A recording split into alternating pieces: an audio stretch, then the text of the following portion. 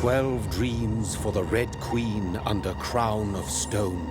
8 voracious beasts born from 8 restless nights. 4 nails piercing the flesh of the sinner. 1 prayer for the summoned, called by this song. 'Tis perhaps the countdown to oblivion for the once proud city of London. 'Tis perchance her inhabitants' last dance alone to face death and pestilence. Confronted by the eerie and unknown, mortals became desperate for answers. A flock's flight makes for an omen, the falling of a star a dire presage. Turning to priests for interpretation when there was no reason to be found. When religion failed, men turned to science. I saw them build such vain cities, crafting machines made for endless war. New questions flourished as old answers withered. What is darkness but lurking sun? What is wall but enslaved stone? What is glass but tortured sand? What is song but a call to arms? What is hate but jilted love? What is life but death pending?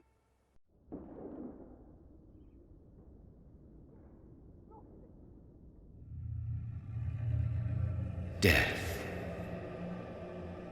Since the apple was plucked from the sacred tree, mortality was believed to be God's punishment. A righteous snare to keep mankind from ascending to the stars. They were all so. Death is not a wicked thing, nor some holy retribution. A true punishment would be to never know its sweet kiss. Awaken from the harshness and be born once more.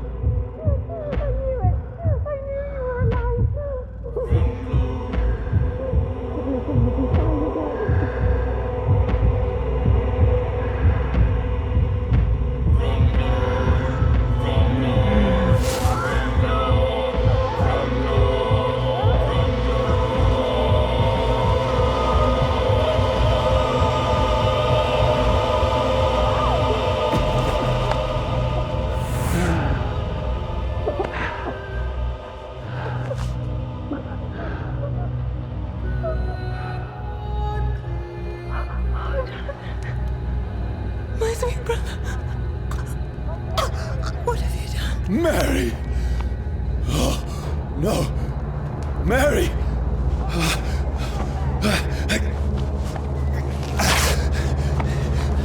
Hold on! Please, hold on! Oh, God. Oh, no. Mary. Mary.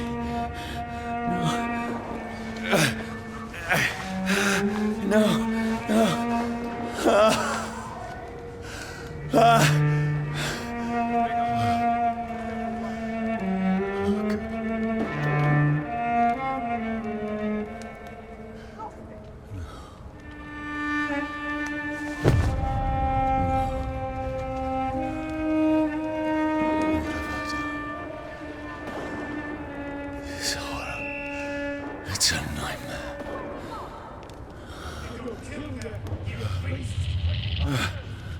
No! Please, a moment, let me explain!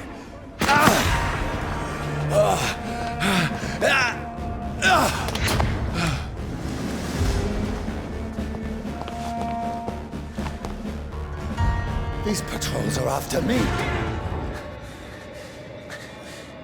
I mean you no harm. I need help. Die, you fucking leech!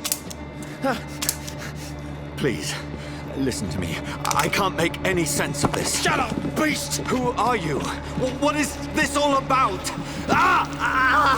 What in God's name? I'll do the rest of the job. Just leave me.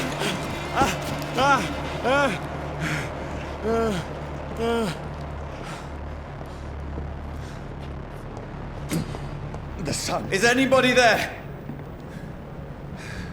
What is this place?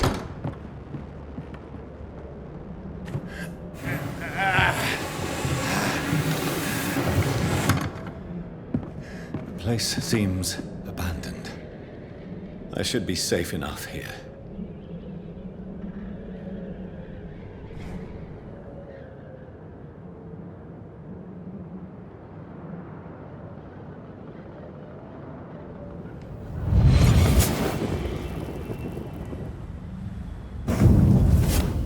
Brother, what have you done? Mary! Mary! Mary, I'm sorry.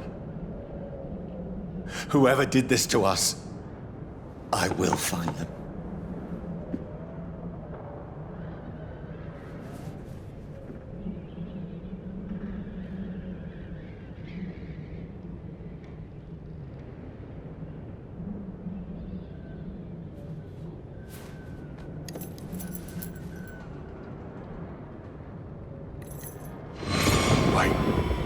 This one's dressed up fancy. Let's run through his pockets. Picking the dead's pockets? Are you serious? I've still a rent to pay. He's got no more responsibilities. What's this? Gold watch. Beautiful it is. We fancy it and share the takings. I suppose we are undertakers. Now, give him an Eve.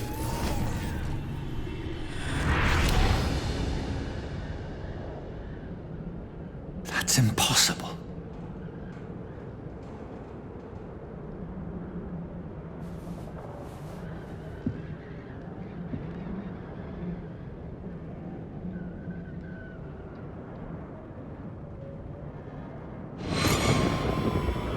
Dreams for the Red Queen that sleeps under crown of stone, that she might linger longer, her eyes as white as gold. Who goes there? A prayer for the summoned by warring song. A child born from darkness must take scent of his power. Who's there? Are you referring to me?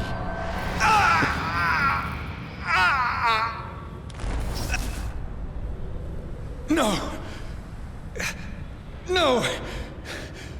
I still have so much to accomplish.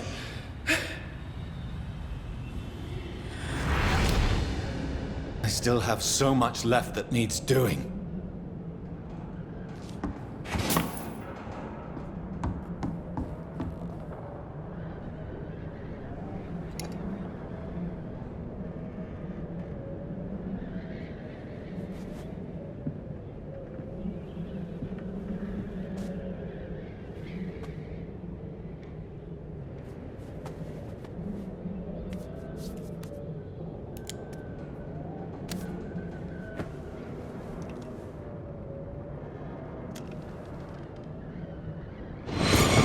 Johnny, this one's lost. We need to leave.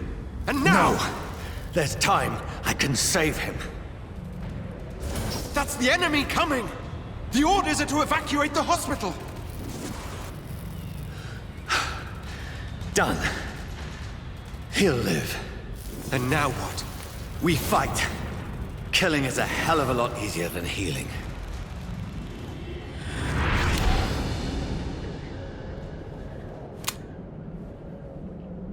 No, it never got easy.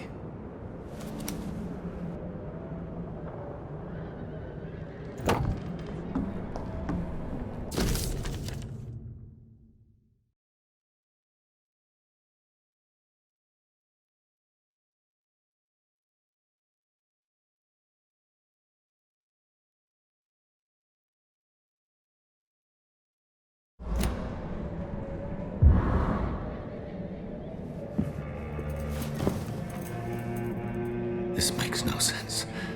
None of it. No sense at all.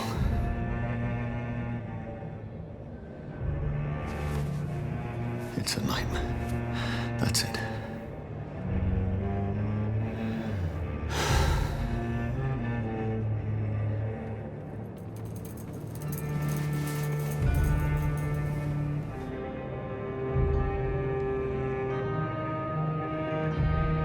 So be it.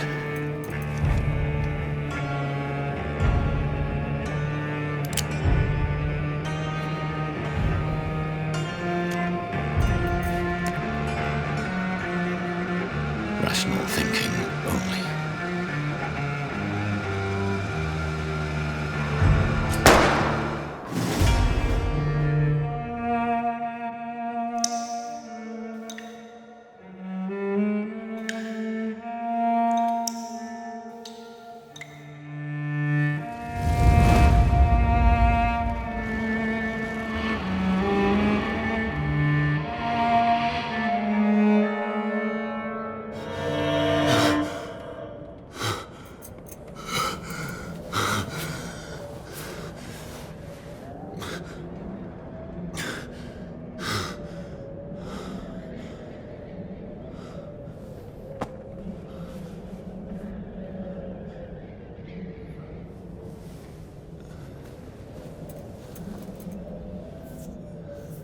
This is absolute madness. I've lost touch with the real. Madness it is, as mad as the moon, who tames blinding sunlight into a glowing reflection.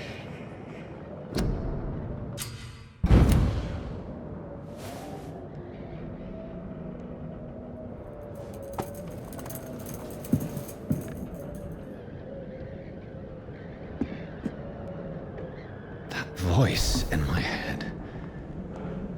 If I'm not mad, then it must belong to the one who made me what I am. I must find him to understand what I have become. These people want me dead. I need to leave now.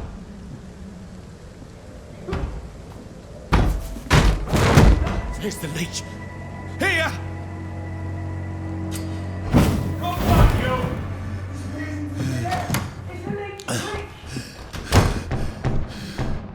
My head's spinning. Another corpse. Have the very streets of London become a mausoleum?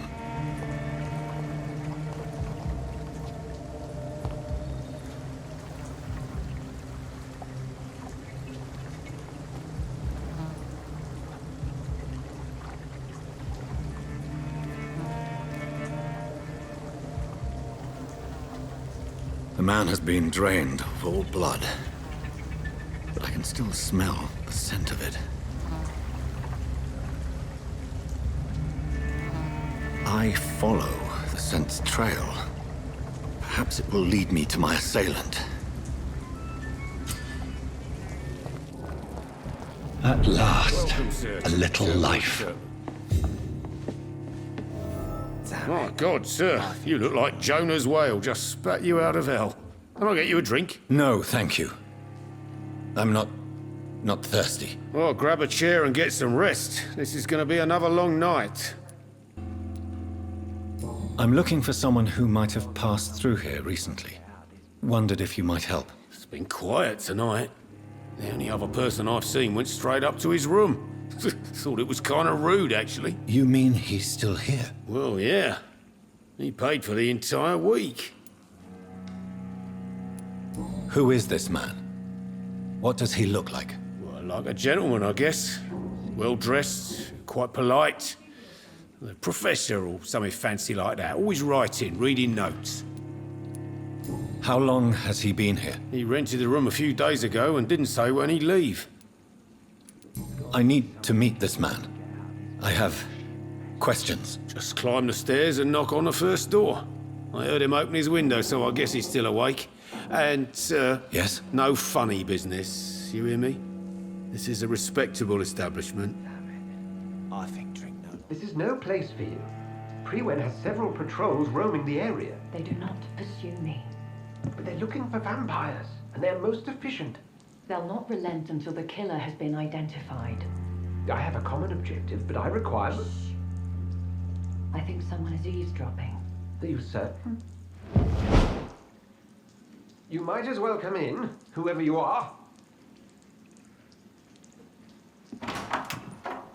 Slowly, vampire! Who are you? I mean you no harm. Saith the vampire. Present yourself! I need a word with anyone.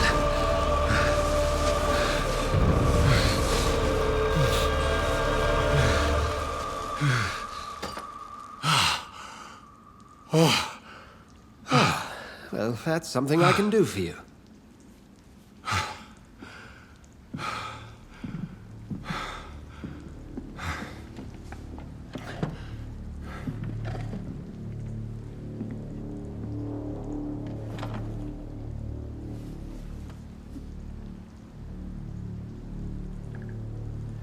And who might you be?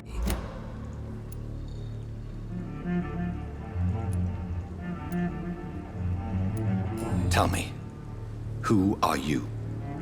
First, tell me what you want. Then I may tell you. That's none of your concern. Sir, you have entered my room in the middle of the night, pale as a corpse and shaking like a tree. So please, indulge me. Someone is molesting people. In fact, killing them. Biting them. The calling card of a vampire. Like you.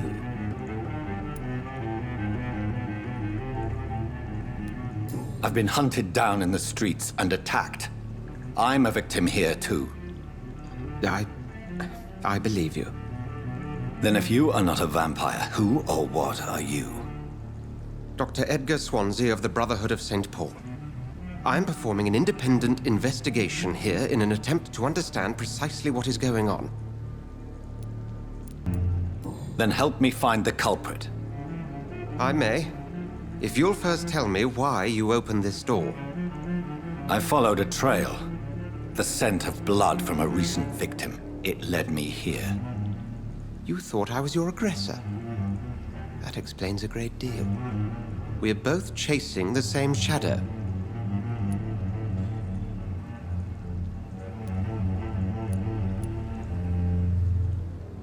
A shadow, indeed. Yet I heard his voice in my head. There was a moment I believed I was mad. You should let me handle this affair. You've no idea what you're up against. No. I will find the monster. He is mine. How will you do any better than I? But then let me ask you this. What are your intentions if you find the killer? I will at last have the answers to my questions. Then I can only wish you good hunting. And pray we shall meet again.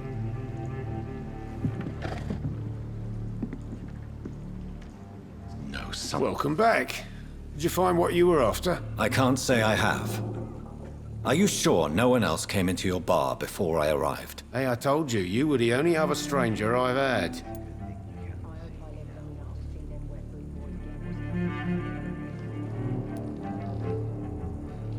I think you're hiding something from me. I hide many things from many people, sir. That's what my job's about. Goodbye, Mr. Watts. Evening, sir. Can I help you? I have a few questions for you. Well, if you must. I spoke to Dr. Swansea. He's not the man I'm looking for. Now, I want the truth. The truth? What do you mean? I suspect that someone else was here tonight. And I don't think Tom wants to tell me about it. I'm just the barmaid here, okay? If Tom says you're the only visitor we had, then you're the only visitor we had. I can feel your fear, madam. Please, tell me what's going on. It's Will. William Bishop. He came in here earlier tonight and he... Well, I thought he was going to clock someone. Tell me about this William Bishop. Will was a sailor who worked at the cannon factory before he lost that job. A nice bloke, really. He's never been violent. Until tonight. Why keep it a secret? Why not tell me about it? Tom's nothing if not loyal. After Will lost his job, he offered him one ear. They used to be good mates. But recently, well, Will started to get very aggressive. I see. Thank you for your candor. I'll be sure to talk to Tom. Damn it. I think drink no longer stirs me. You again. What can I do for you? Tom, talk to me about the visit from your old friend, William. Yes, Will came by tonight, but he's not my friend anymore. I need to find him. It's a matter of urgency. Do you know where he is? You could try his boat. It's up by the North Pier. He sleeps there when he's too drunk to get home. Please describe him to me. What do you expect? He's a tall, sick bastard with a bad rash and torn old clothes. William used to be strong. Now he's a mess. Thank you, Tom. If you see him, tell him I don't want him back here unless he cleans up his act, okay? The body is still warm. This man has just been drained of blood. Blood and empty gin bottles. This Bishop fellow is something of a heavy drinker. What's this? Some sort of note. This man was armed. He tried to defend himself. This corpse has been dried of its blood, just like the previous victim. There are blood splats on the other side of the canal. I must reach that barge. Fresh blood. The whole building reeks of it. The scent is so strong it makes me dizzy.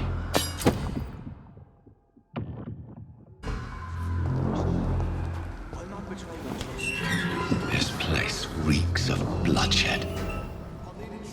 Stay with me, William. As one, we shall overcome this. This creature is bedeviled. I must put it down.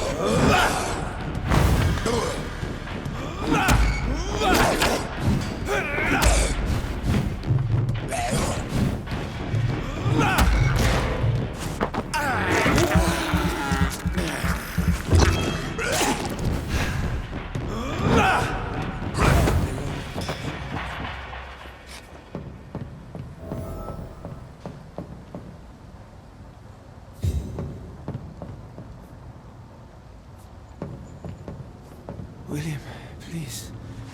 William was an honorable man. I could have saved him. Mr. Hampton, are you in there? I knew him well, another lost soul, a kindred spirit. Sir, listen to the sound of my voice. I'm a doctor. You're suffering from shock. I must return to my flock. They'll stray without me.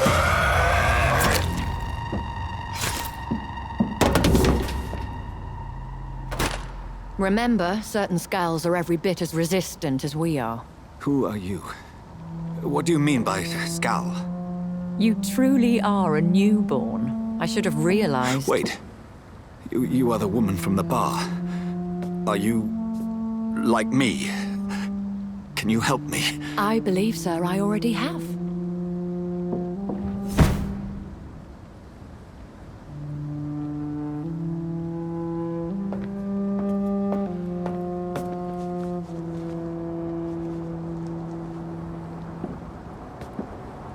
By George and the Saints, you've solved the mystery of these terrible murders. Patience, good fellows, I've come to offer help. Just give me a moment to secure my boat. We can leave this awful place. William was not the evil man they claimed. He was just taken by the thirst. He needed his drink. This man requires medical attention. We'll see he gets to the nearest hospital. No, please, I must tend to my fold. My flock needs me. Yes, sir. Go with the good Dr. Swansea. He's resourceful, and I'm sure he'll take good care of you. You'd best come as well. The sun is soon to rise, and you'll need a place to rest. I just need a moment. If I can learn something about what has happened to William, I'll be a step closer to understanding what happened to me.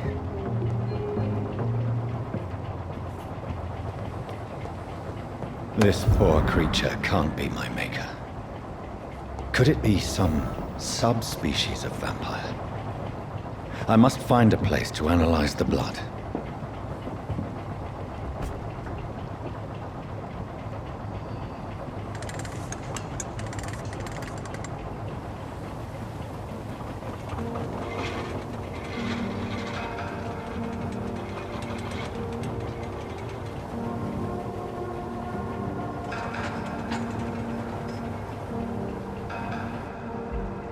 Where are we headed?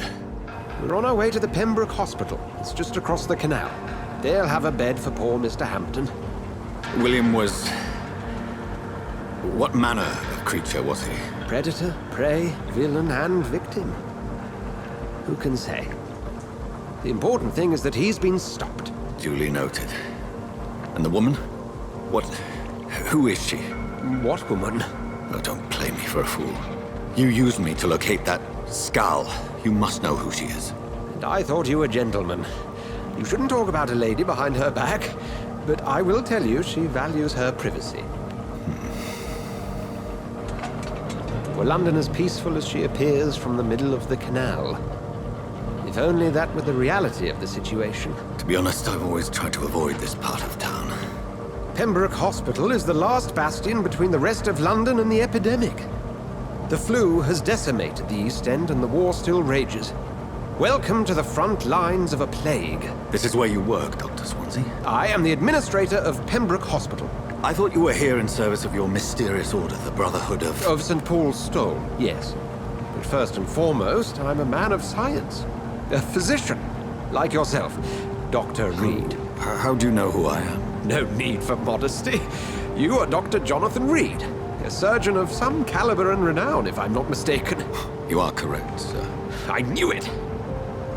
I had my suspicions. But when you took the blood sample from the corpse of poor William, I was certain. Dr. Reed. Marvelous. Have we met? I attended 3 of your seminars before the war. I have the utmost admiration for your research. And what a turn of fate. England's most esteemed blood specialist returns to London a vampire. That word, again, from a so-called man of science. I understand. Traditionally, the role of science is to refute myth, but when myth walks among us, the Brotherhood of St. Paul has dedicated its purpose to their study. There's so much for you to learn.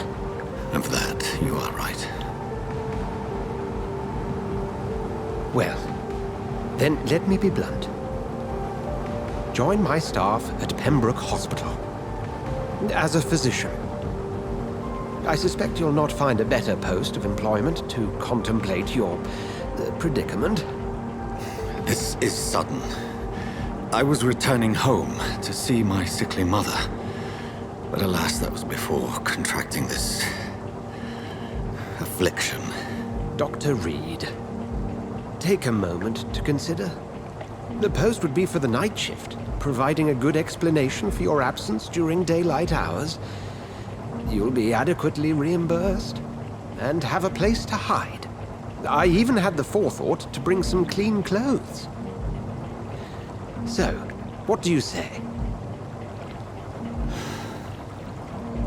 It seems I have little choice, but yours is a generous offer, so I thank you. Brilliant!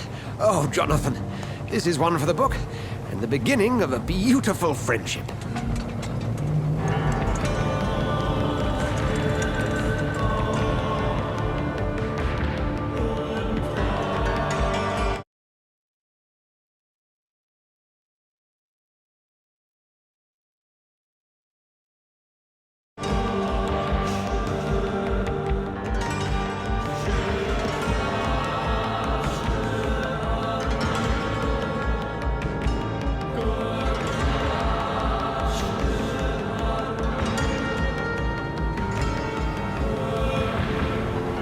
Dr. Swansea, thank goodness. I was beginning to be concerned. Worry no more, Nurse Crane, for I bring good news. Oh, Doctor, what a night. We lost 2 more patients. Nurse Scow said she couldn't take it anymore and resigned. Yes, well, I'll make a new rota in the morning. In the meantime, find a good bed for Mr. Hampton. Be sure to pay attention to his needs. Of course, Doctor. Oh, and Dorothy? Yes, Doctor? Dr. Reed here has just returned from the front. He served King and Country and will be joining us here at Pembroke. We're very lucky to have gained a surgeon of his talent, and one so experienced in blood transfusions. That is good news indeed, Doctor. Oh, yes.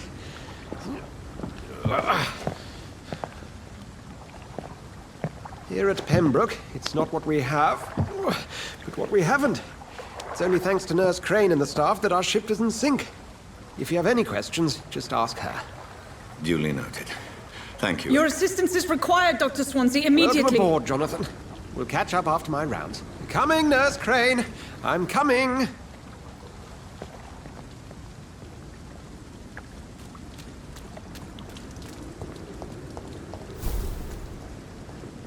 Nah, it's my turn.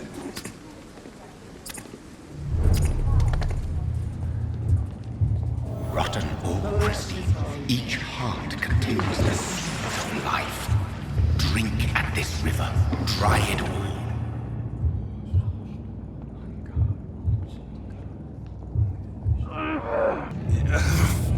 Oh, come on, you bastard!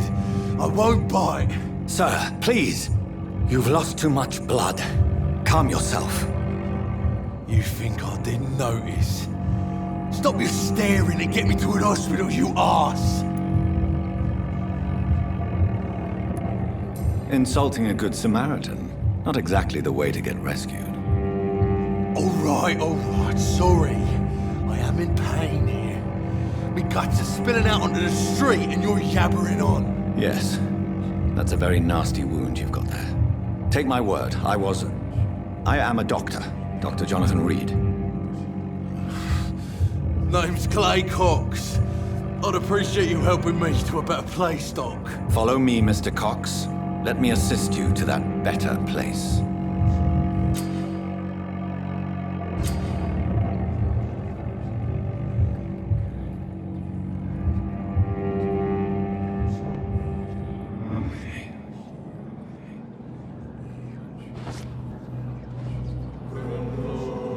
Bring this fading light into the shadows. Dance with him the dance of life and death.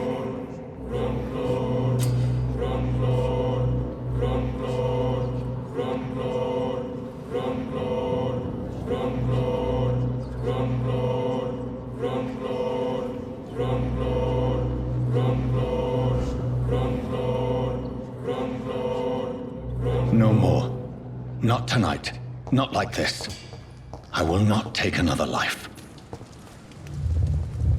It is wise for the huntsman to sometimes let his prey go, but no famished hunter can run for long.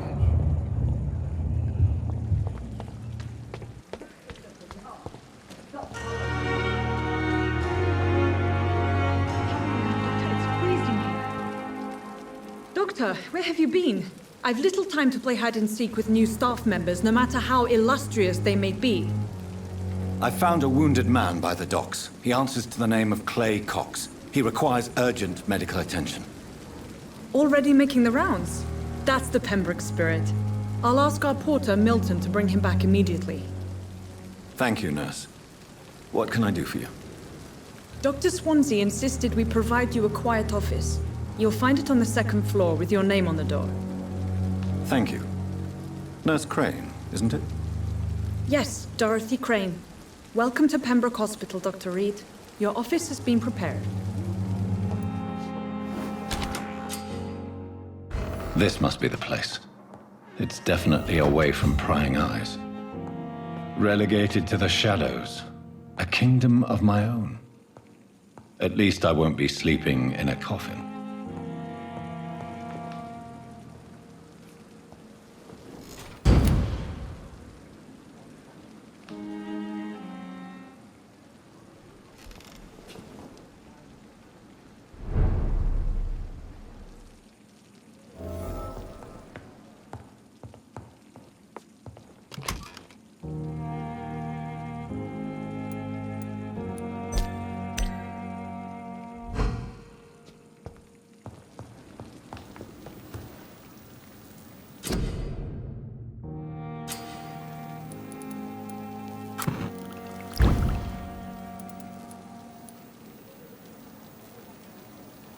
William Bishop's blood is much more unstable than human blood and shows extensive mutation. But this is not what happened to me. I must keep on searching. The sun is about to rise. I can feel it. I'll continue tomorrow night. I have so much time now. If I'm to stay here until my research is complete, I'd better learn to hide my true nature from the mortals. But what about my thirst for blood?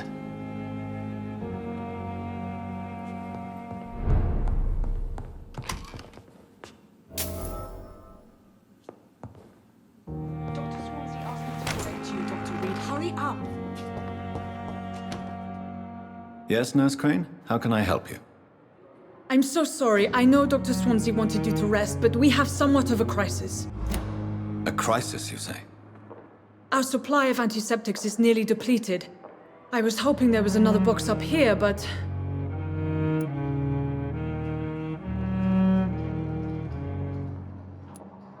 What type of hospital are you running? No antiseptics? You have been away too long, Doctor. With the war and now this epidemic, supplies have been running scarce for months now. I may have a solution. In France, during the war, drugs shortage was a daily problem, and we had to use our wits to overcome the shortages. However do you mean? If combined correctly, certain household chemical products can be used in a pinch instead. Now, where's the hospital storeroom? The storeroom? Fat chance. This is the Pembroke, and space is luxury we don't have. Everything used to be stored in the old morgue. Perhaps I should look there first. Where is this morgue? It's the large building behind the hospital. You'll need to go in the back door because it's been sealed off for sanitary reasons. Take this key. It opens a small back entrance at the end of a narrow street. The abandoned morgue behind the hospital. A small door at the end of a narrow street. On my way then. Thank you, nurse. Finally, you've returned, Doctor. Did you find anything of value? Yes, nurse. You've worked your first miracle, Doctor. Now, this patient here needs immediate treatment. Duty calls. When the storm has passed, I'll show you how to mix the remedy yourself with the same basic ingredients. Many thanks, Doctor. When you've finished, you ought to report to Dr. Swansea in his office. He's been looking for you. Seemed pressing. Please, Jonathan, come in. Fascinating, is it not? In the last decade, so many mysteries have been brought to light with our microscopes. The human body, biology's penultimate frontier. The more we explore its boundaries, the less we're able to trace a clear line between life and death. You, my friend, have a foot in both countries.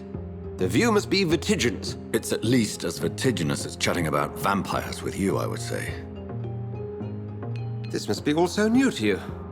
This area of town, the hospital, a brand new life. How stimulating it must be. I wish I could share your enthusiasm, Dr. Swansea, but my condition defies scientific categorization. Undead? Unalive? Immortality defies logic. I cannot express my thrill at this serendipitous turn of events. The world's most eminent specialist in blood transfusions, a vampire. One might say a gift from heaven. I'm a dead man. I was murdered. Now I'm a murderer. Tell me how this is a gift. Forgive me. I've been an admirer of your work for a long time, and now you are so much more than a brilliant physician. And please, call me Edgar. There is no need to apologize, Edgar. You offered me sanctuary when I had none. Very well. I have a task for you, Jonathan. Something that will require all your newfound skills. Please, go on. The Pembroke only survives through the generosity of our benefactors. Unfortunately, our main donor has found herself in a bit of a bind. Now, if you could help her out... A spokesman or politician is what you need. That's not my calling. And until I come to understand what has happened to me, I require discretion. Discretion is in order, Jonathan. Lady Ashbury has recently received rather indelicate correspondence that, if revealed, would jeopardize her position. And you would like me to eradicate this threat? By the stole, of course not. I would just like you to pay her a visit. Her ladyship is certainly near the tents outside, tending the sick. You can't miss her. Look for someone impossibly delicate. Accepted. I'll see what kind of trouble Lady Ashbury is in. The flu took my dear wife, Emily. I take comfort knowing we'll soon be together again. Mr. Rainfield, that's no way to talk. You're in good hands here, and we'll be up again soon enough.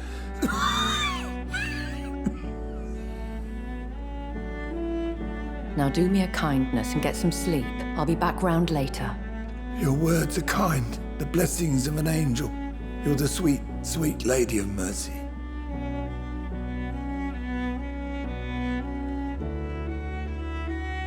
Good evening, Dr. Reed.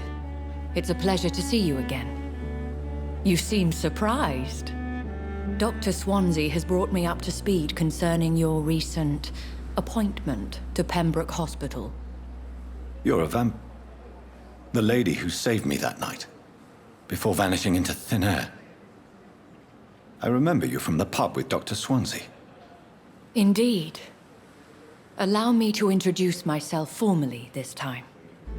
My name is Lady Ashbury. I remember you well, in spite of the brevity of our encounter.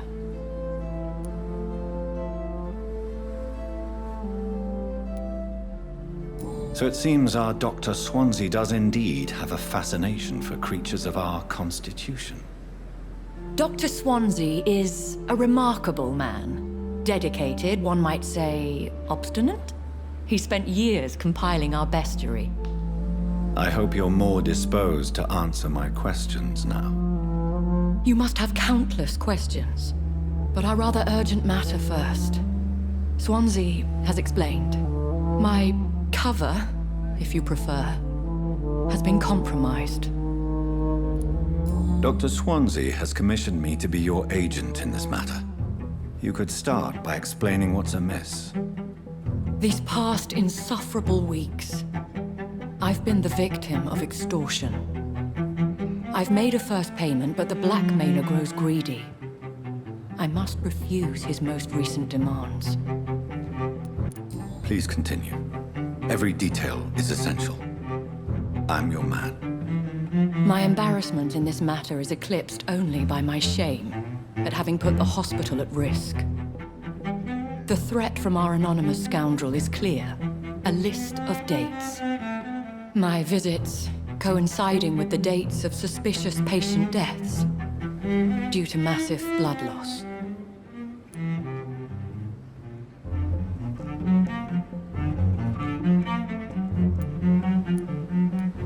Is it true? Now aren't you the blunt one? Excuse my impertinence, Your Ladyship. This is not an interrogation. I assure you that this line of questioning is in your best interest. In all honesty, I'm not simply a patron to the hospital. My visits serve a dual purpose. Dr. Swansea has been treating my condition with a revolutionary technique of blood transfusion. It seems you are a specialist in the domain. I'll take care of it. Do you know where I should start? If that was the case, I'd settle the matter myself. You could talk to our local gossip, Harriet Jones. Not a pin drops here without her hearing about it. I'll meet that woman now. My life, as others know, is in your hands, Dr. Reed. I'm sure of your discretion, but I do fear your powers of persuasion will be put to the test. When this is resolved, I'll be your obligé. I'll answer all questions in regards of your condition. What is this? Who are you? Get out of my room. There's no need for alarm, madam. I'm Dr. Reed, the new surgeon. Preposterous. Dr. Reed, you say? I don't want some bumbling intern. Where's Dr. Swansea?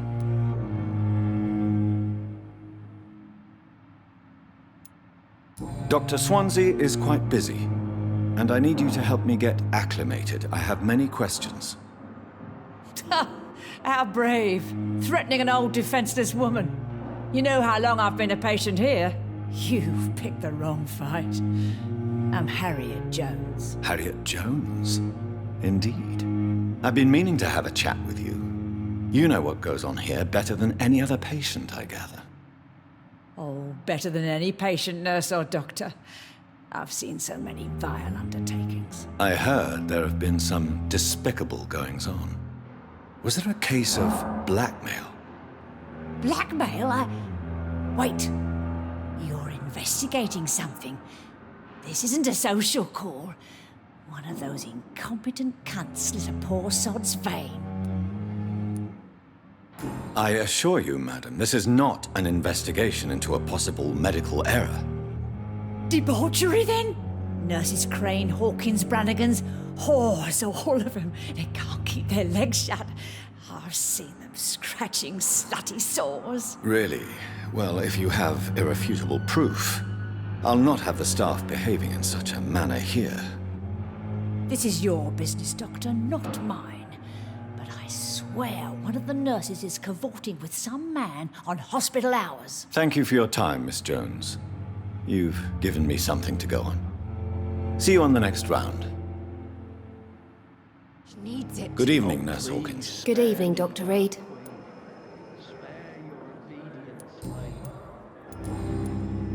What can you tell me about the strange man visiting one of the nurses during her shift? Let me guess. You spoke with that old shrew, Harriet Jones. Do not pay attention to her, Doctor. She's full of fanciful tales. No matter how you feel about her, Miss Jones deserves our help. Who says I don't care for her? Hate is what keeps that old crone alive. She could have been telling the truth about the mysterious man. That old witch will end up in hell soon enough. Who cares if a nurse finds some happiness where she can? What can you tell me about the strange man visiting one of the nurses during her shift? Let me guess. You spoke with that old shrew. Goodbye, Nurse Hawkins. Good evening, nurse. I'm Dr. Jonathan Reed, the new surgeon here at the Pembroke. Dr. Swansea has already told us about you, sir. I'm Nurse Gwyneth Brannigan. Welcome to the Pembroke Hospital. Did he really? It's a good thing I wasn't hoping to keep a low profile. All members of staff have already read about your new blood transfusion technique. Dr. Swansea made sure of that. I see. Well, I'm a little surprised, but I suppose I'll just have to deal with this unexpected notoriety. You must know, blood transfusions are Dr. Swansea's primary subject of research. He is convinced it is the future. Have you seen a strange man visiting any of the nurses here? I've never heard of such a thing, Doctor. Goodbye, nurse. Call me if you need assistance. You're sure you don't come back with me? Nah, I have to see someone at the hospital. Be careful. You look so bad they may keep you as a patient. Fuck 'em. I don't like hospitals, or doctors. Well then, when you go back to Whitechapel, you may find this useful. What is it? A pass for a free medical exam by the best nurse available. Just read it. I don't read well, but thank you, I guess.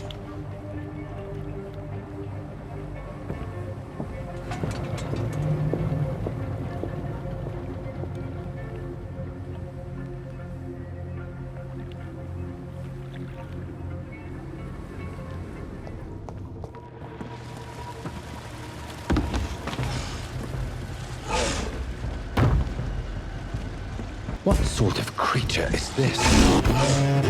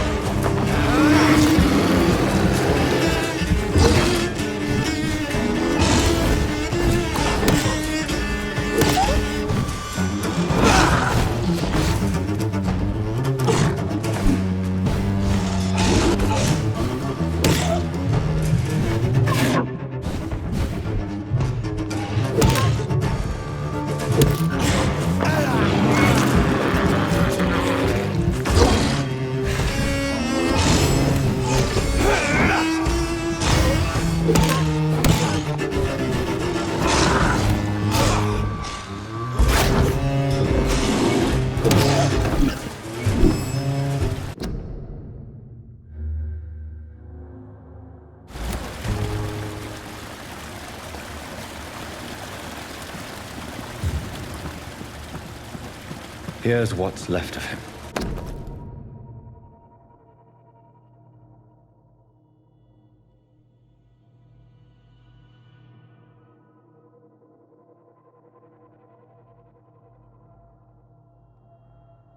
Some voucher for a free checkup in Whitechapel. What is Nurse Crane up to? I really must find her.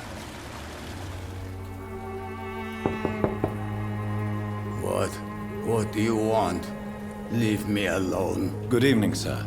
I'm Dr. Reed. I'm looking for Nurse Dorothy Crane. There is no Dorothy Crane here. Now goodbye. I'm afraid this medical leaflet says the opposite, sir. Really? Well, I'm afraid I'm going to close this door right now. Go bother someone else, Mr. Doctor.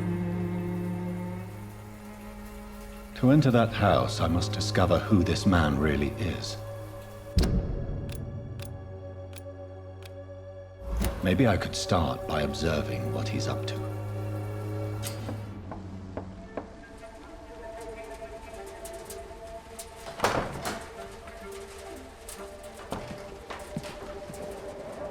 A strange man was at the door with a pass for our medical facility. I refused him entry. Darius, how could you know he didn't need our help? His clothes were too finely tailored to be from Whitechapel. Perhaps just a friend of that stray poet who is always about. Richard Nithercott? No, not of the same cloth, this man. I suspect some machination from that journalist. Clayton Darby. Is he still asking questions? Yes. I saw him drifting around St. Mary's Church. I swear he is tracking me just downwind.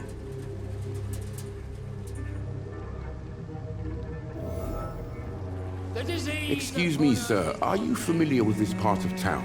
Name's Clayton Darby, reporter. Sorry, I'm new to Whitechapel. But perhaps you could help me since you're a journalist. My name is Jonathan Reed. Dr. Reed, the famous surgeon. I'll gladly help if I'm able, sir. I heard you're investigating an underground medical dispensary in Whitechapel. What do you know about it? Not much, I'm afraid. They are wary of strangers, and I'm not really an acquaintance of theirs. Why do you care?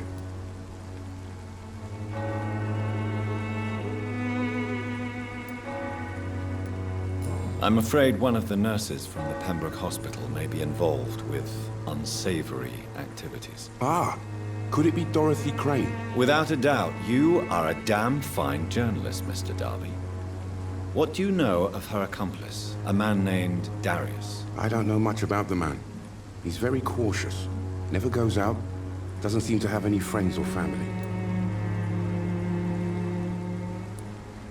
He never goes out? No. A few days ago, he unexpectedly did. I followed him, but it was just a ruse to keep me away from his house. Really? How do you know? He went to the nearest mailbox, but just before posting his letter, he ripped it up and threw it away. He has no relatives at all? No. Except for that strange man, a poet named Richard Nethercott, who sometimes comes by. Darius would never let him in. Where can I find this Mr. Nethercott? He spends most of his time lurking around Whitechapel, talking to himself or declaring verses. These days, you can usually find him behind the church.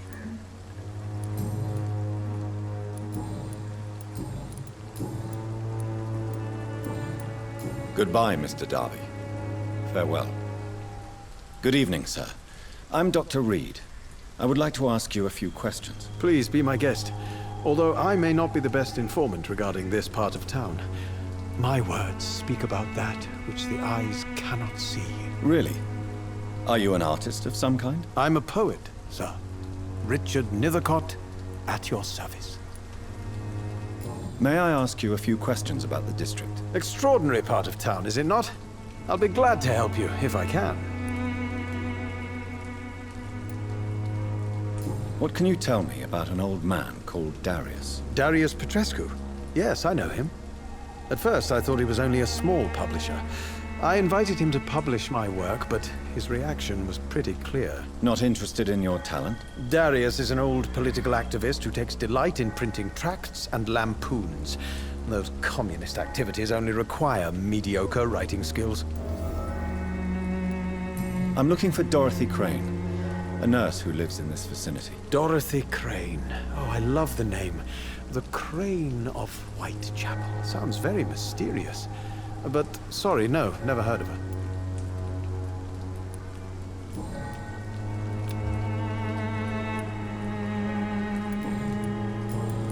I'll leave you alone, sir. Darius? Mr. Petrescu, just 1 minute, please. You again. Go away.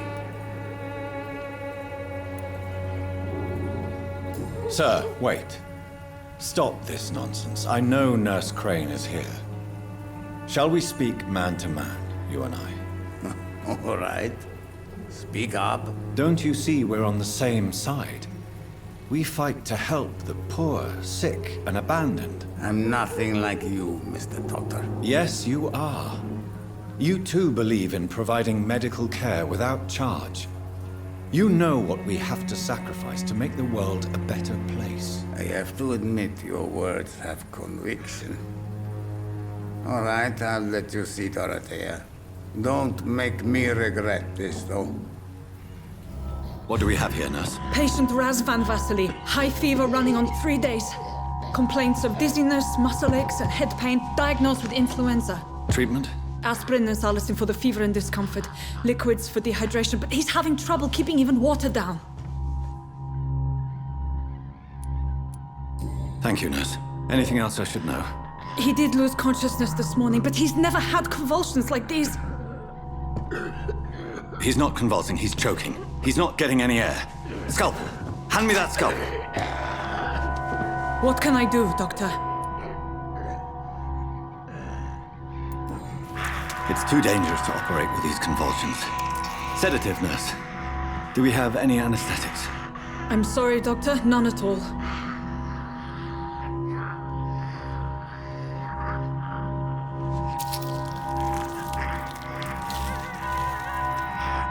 I need to perform a tracheostomy. Short pipe. That rubber tube will do. We're going to cut a passage for air through the neck. Yes, Doctor. He's breathing again, but he's coughing up blood. Internal hemorrhaging. I need to make another incision into the chest cavity to drain the fluids from the lung. Prepare another tube. A thoracostomy? Doctor, we've nothing to fight the infection. We need an aseptic environment.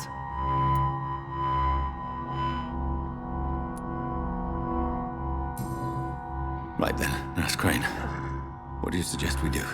I've no idea. I'm not the doctor. Time is of the essence. We need to perform a thoracic drain. Yes, Doctor.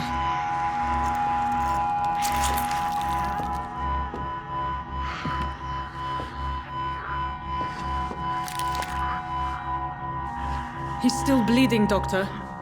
I'm losing his pulse. The drain must have punctured the intercostal artery. There's too much blood. Are you all right, Doctor? I can't see.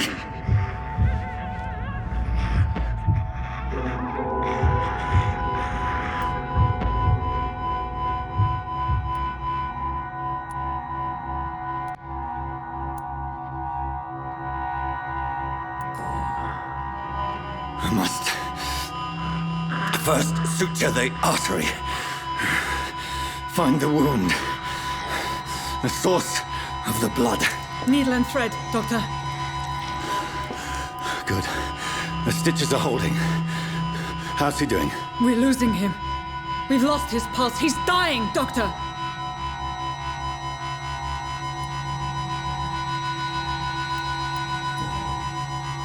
Cardiac massage, now. Cardiac... What? Are you making this up as you go along?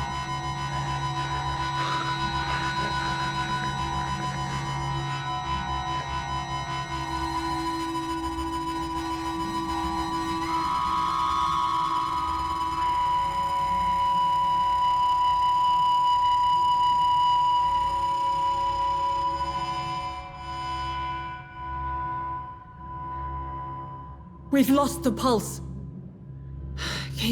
He's gone, Doctor. Nurse, we did everything we could. Truly? Everything you could. Is that how you'll report this in your log? Is this how the war went? Piling up one poor corpse beside the next? This was not an influenza-induced seizure. I've never seen symptoms like these on the continent. Neither have I. But the previous symptoms leading up to this attack were the same, indistinguishable from the epidemic. No. There was something more vile in these reactions. Something primitive.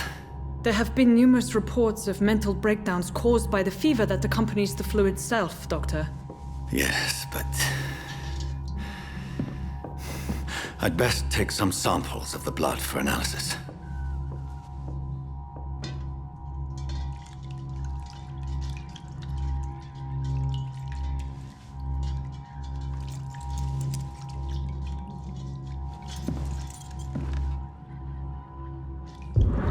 I doubt you're here to test my bedside manners. I suspect it was more than intuition alone that led you to us. So, how might I be of service, Dr. Reed?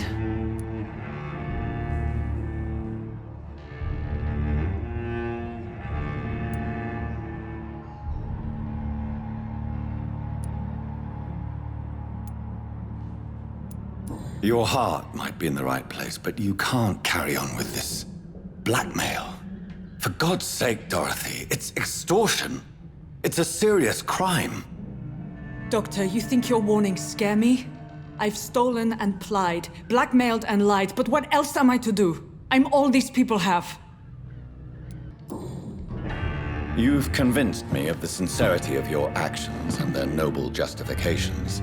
But all the same, blackmail is a crime, and it will stop, Nurse Crane. So, are you going to turn me over to the authorities?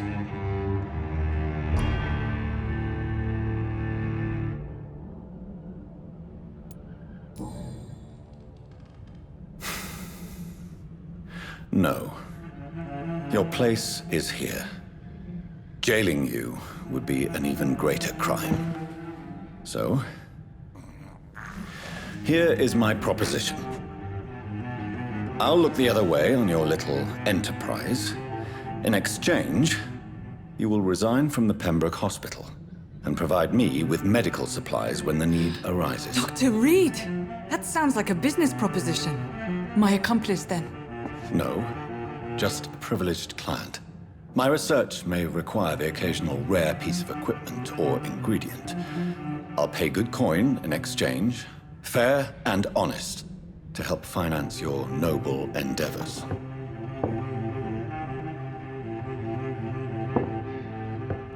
We have ourselves a deal, Doctor. Good customers are always welcome. Yes, Nurse Crane. We have a deal.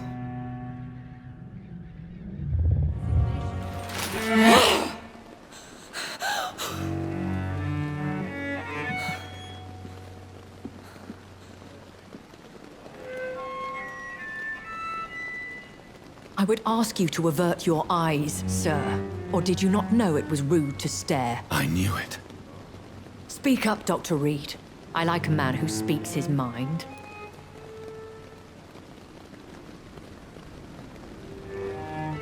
Hiding your true appetites behind a facade of compassion. Bravo. Very clever indeed. Spare me your sarcasm, Jonathan. You are but newly born in this world.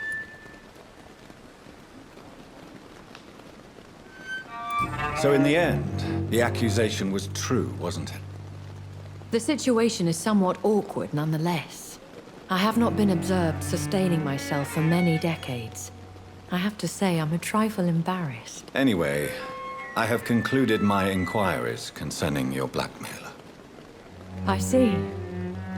Please excuse my agitated state.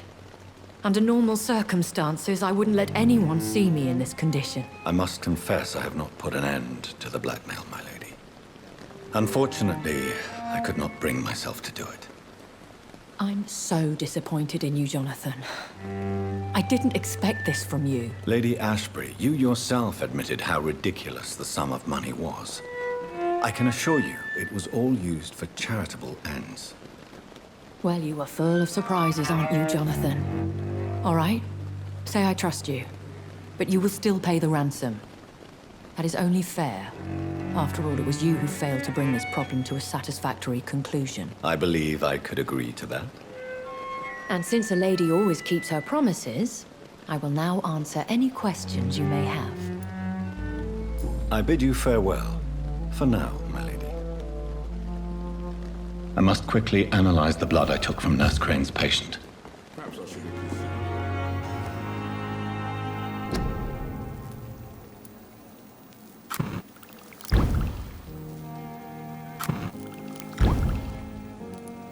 Razvan Vasily was infected by Spanish flu, but also has the highly unstable blood of the Scals.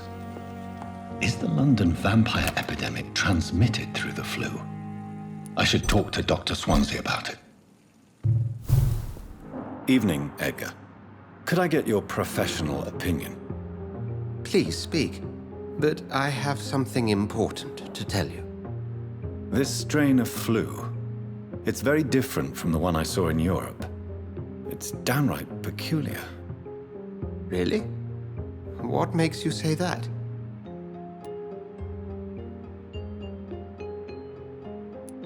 I never saw symptoms like this when I was in France.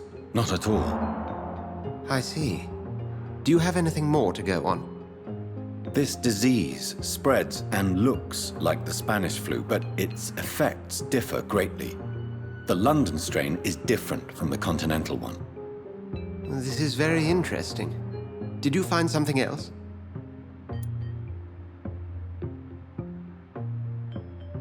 Yes. Unlike the flu, the infected begin to show an increase in outwardly aggressive behavior. More than simple agitation. Once docile people become violent. You mean like rabies? Is there a chance we could create a vaccine, Jonathan, like Pasteur? By the stole, that would be smashing.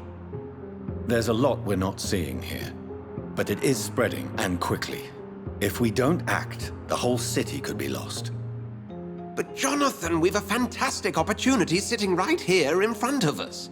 A weapon of choice. What on earth do you mean? Why, you, my dear boy. With your expertise and your blood, we could isolate the properties that course through your veins.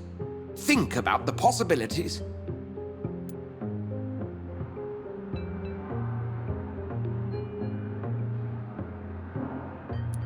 And why not?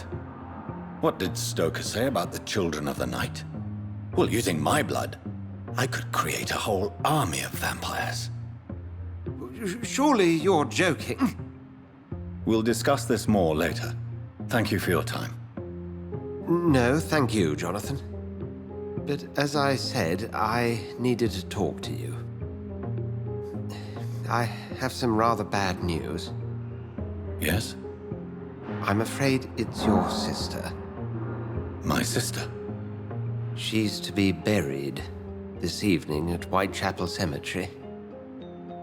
Your mother published the obituary this morning. I see. I'm sorry, Jonathan. Please accept my condolences.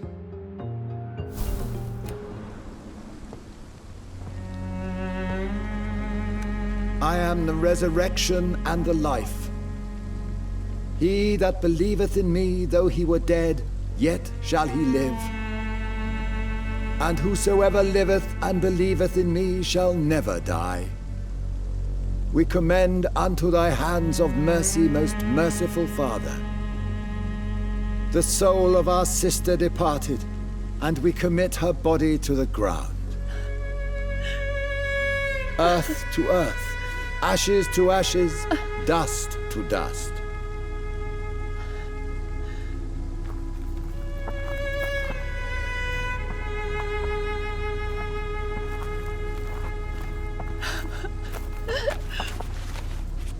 Why kill my Mary and stick her here in this cold, god-awful place?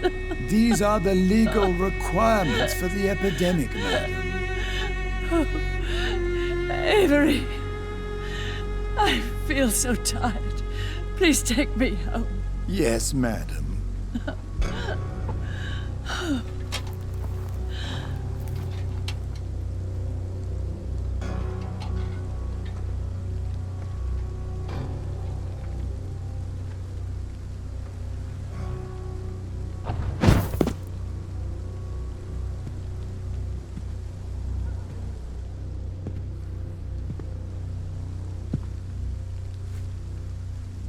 Oh, Mary. What have I done?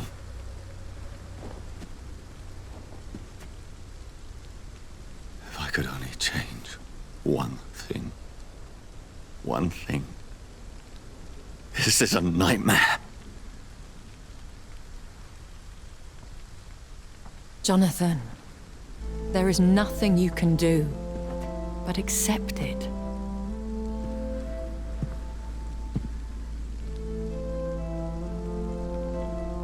What brings you here? I thought you could use the company. I am so sorry for your loss, Jonathan.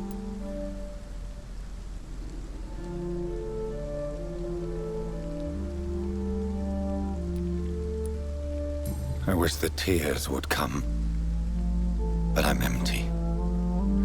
And I feel a hypocrite.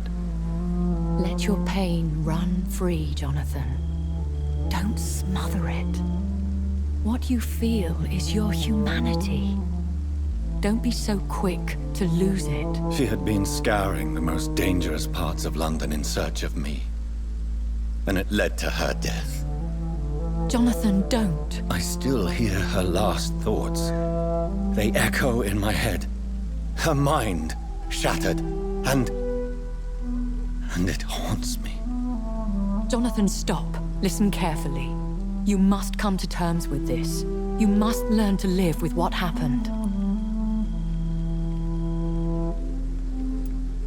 I'm learning. Every night is a new lesson. What I am, what I must do to survive. But my sister, she shouldn't have suffered because of my weakness. Don't you see? You're doing the work of our enemies, feeding your remorse. We are weakest when we grieve, and the guilt blurs our senses. And so this is why you're here. To warn me. You felt this pain yourself. You too have endured this. I don't want to lose you, Jonathan. I've lost so many friends. Loved ones I cherished. Pray for Mary's forgiveness, if you must. I'm not a religious man. You should know that. This is not about you forgiving yourself. This is for her. This is you telling Mary how sorry you are. What should I do then? St. Mary's Church is not far from here. Go there and make your peace. Find the solace you need. My lady wants me to confess. No, Jonathan. It's you who wants to confess, I think.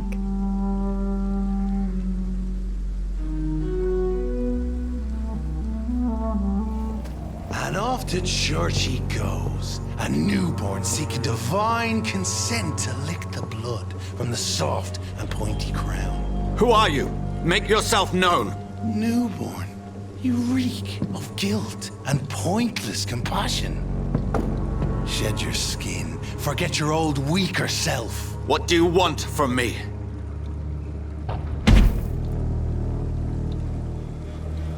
Ascalon does not approve of lone wolves who bring unwanted eyes to our pastures. So your name is Ascalon? Ascalon's will is vampire law. Learn them, abide by them, or I shall return as your judge and jury.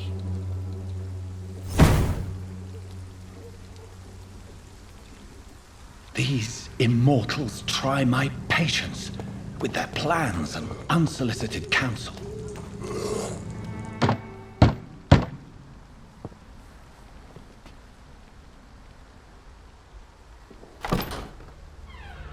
Yes? What is it that you want?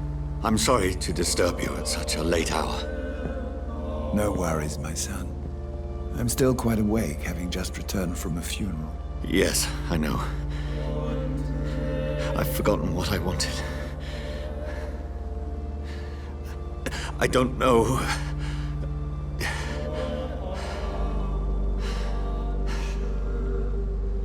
May I help you, child? You seem somewhat perturbed. I haven't the strength to cross the threshold.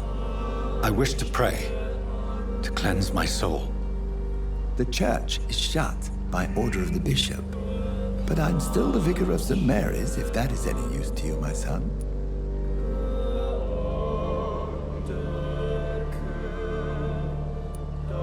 You seem to me a good soul, Vicar. But this is a personal matter. There are no secrets from God, my son.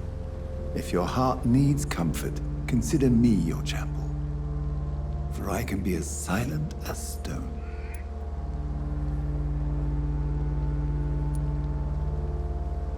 I've words for one departed. They're not for living ears to hear. Your eyes burn with rage, yet I see the pain that lies beyond. I am here to lighten the burden of all God's creatures.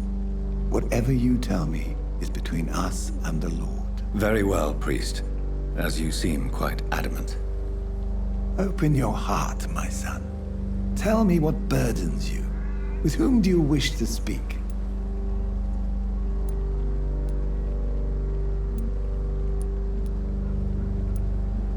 She was my sister.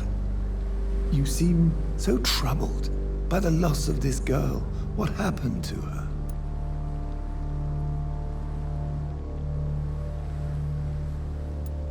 It was an accident. A terrible, terrible accident.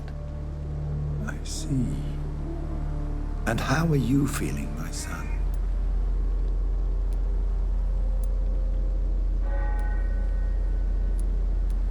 I wish I could forget all this.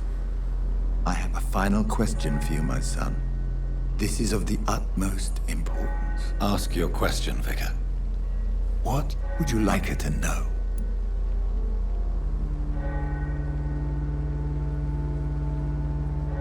I'm so sorry, Mary.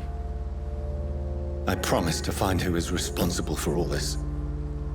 I'll put an end to this horror. You have been heard, my son, and your burden will lighten if your words are sincere. Go in peace now, and live your life in the way she would have wanted.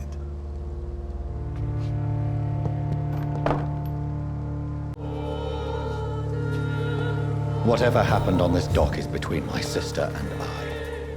It does not concern God at all. Remorse and pain are precious when binding you to the earth. You. I remember you.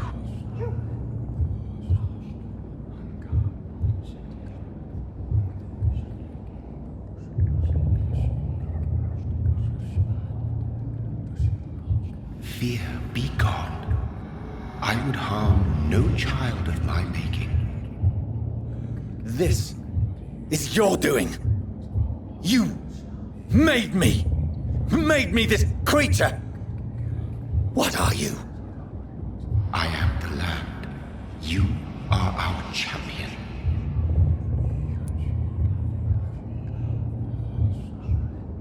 Riddles and rhymes. You took my life. Now you insult my mind.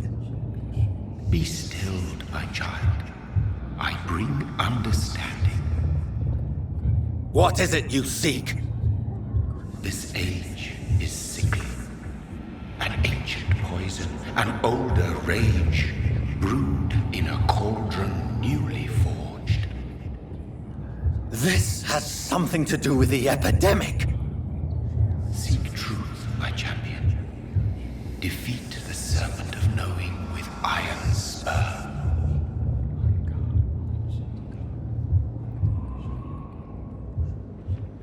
I've had enough of others making decisions for me, pretending to know how I should feel or behave.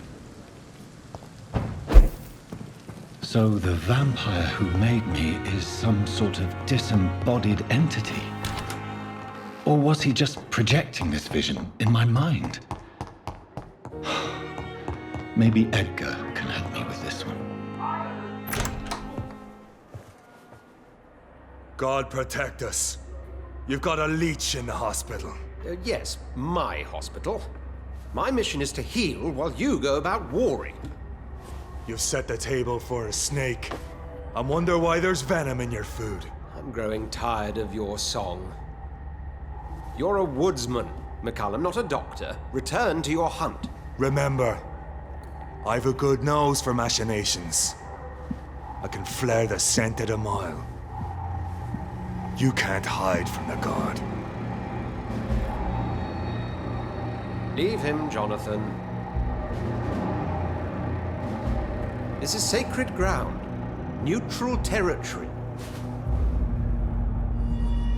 And I just had the carpet cleaned.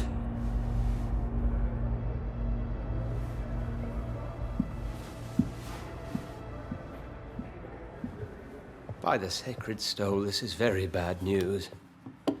Bad news indeed.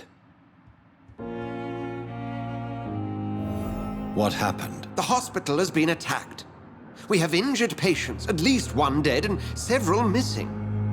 This has spiraled out of control. Even the most infirm are asking to be allowed to return home.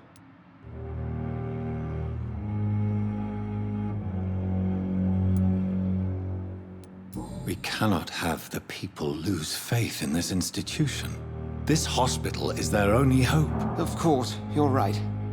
But we cannot afford a public scandal. It would ruin us. We must restore order, and quickly. You mentioned a dead patient. Who is he? She, Jonathan. She was Miss Harriet Jones. I found her room like a slaughterhouse. Blood everywhere. The duty nurse is taking care of the mess.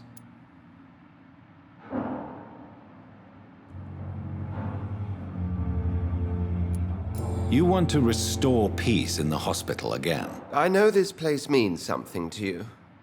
I have noticed how you suppress your appetite when around the staff and patients. You need to know you can trust me, Edgar. I do, dear fellow, I do. Please then, tell me. Sean Hampton, the man we thought we'd saved at the docks.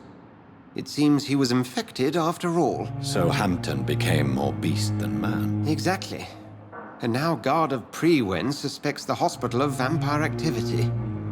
Do you realize what that could mean for us?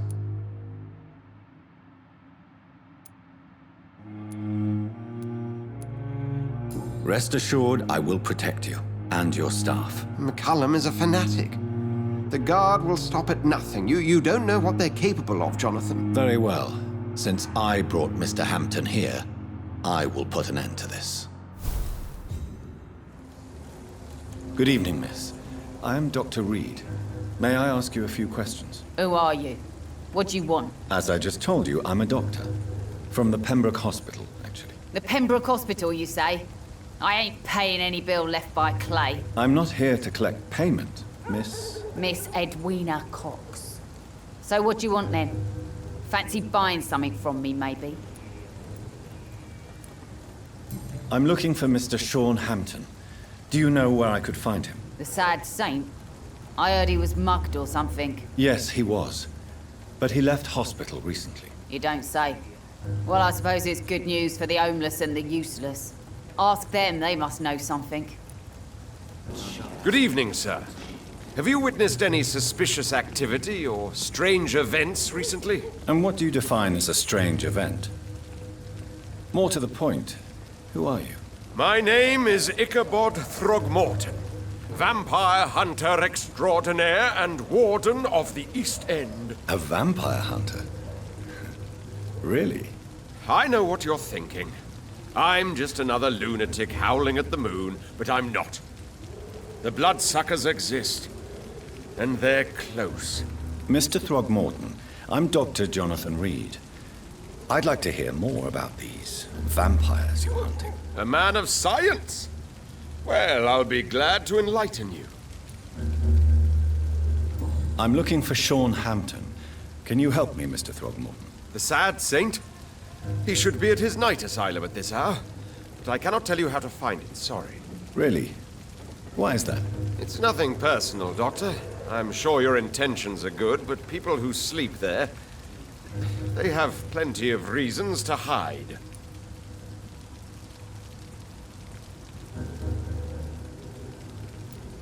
Maybe at least you can tell me who could help me find him. Tell you what, go and chat with Tom Watts. He's a bartender and good judge of character. If he talks to you, then it's fine by me.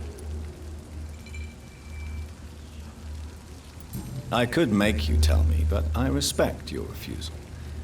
You really believe Sean is a saint, don't you? All I will say is this. Gossip has it that when he was a child, he was molested. By a priest of all people. Funny thing is, though, it only strengthened his faith.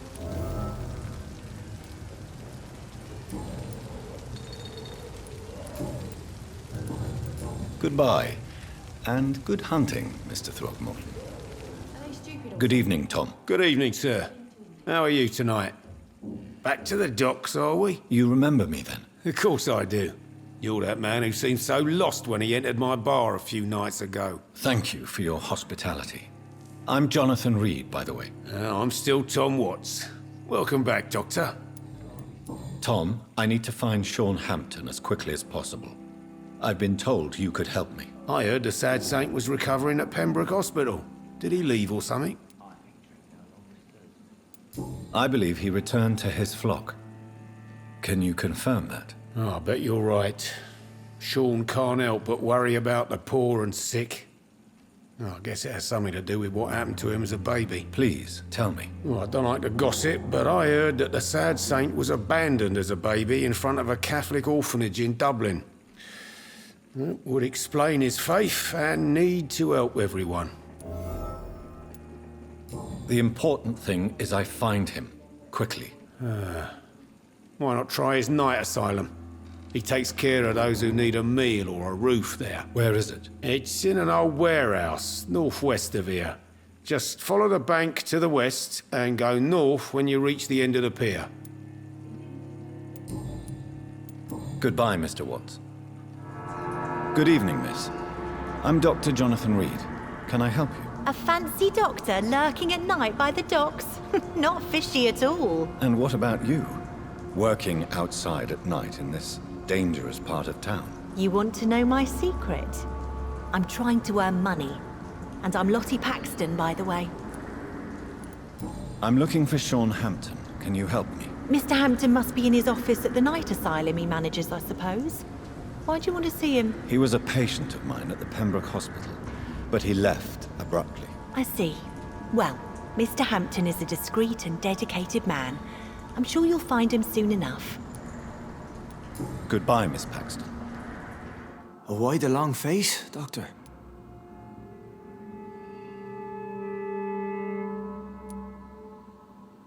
Is it all that worries you, Sean?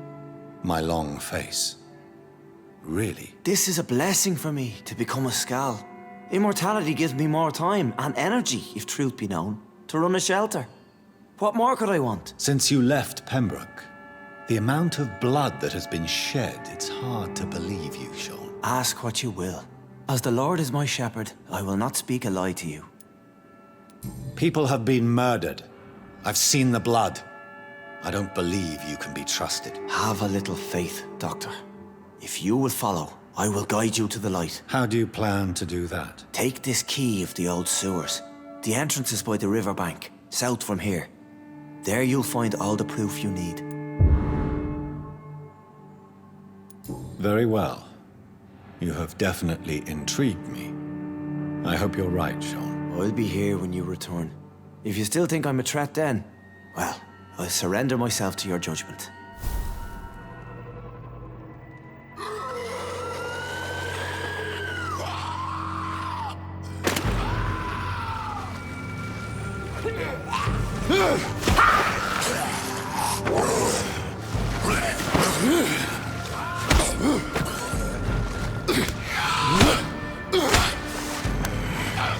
These maggots have escaped the wrath of Ascalon for too long.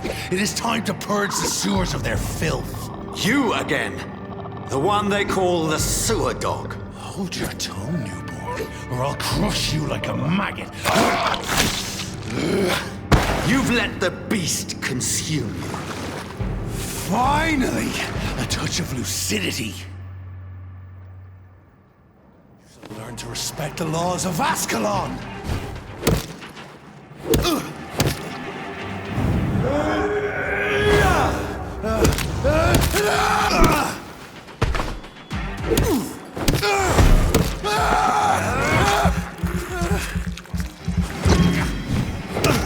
Whilst you vanished, I'll slaughter these scalds while singing your name!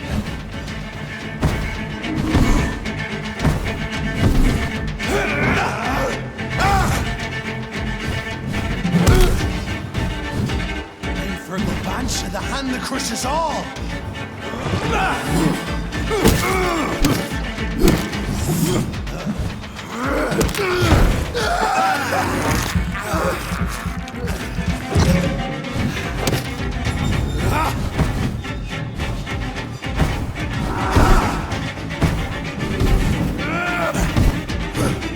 Dare challenge the dictates of Ascalon!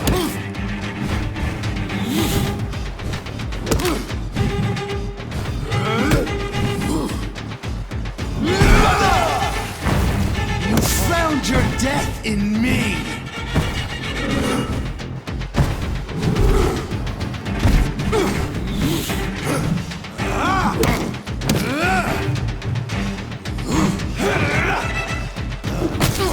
I shall tear them apart and spill my blood to the pit, and thine shall be a fair skull to adorn my mantle!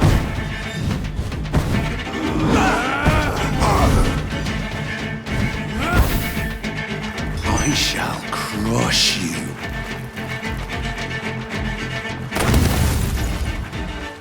Return to your apothecary.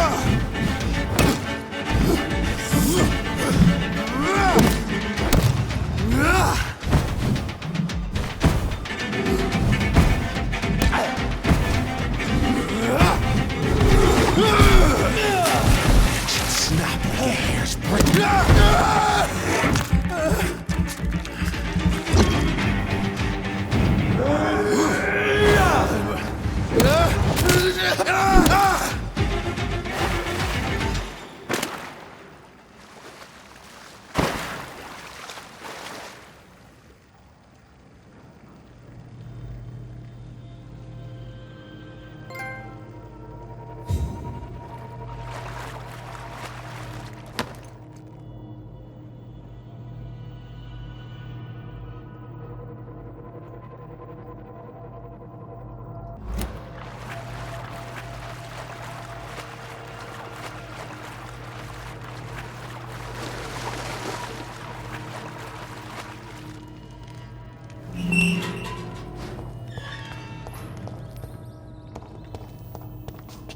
At least one Skull escaped Virgil's wrath. This is our domain, not yours. You've been warned. Wait, I saved you from this creature. That must count for something. Thank you. Now go. Go back to the streets and houses. There is no love lost between us, Vampire. But thank you.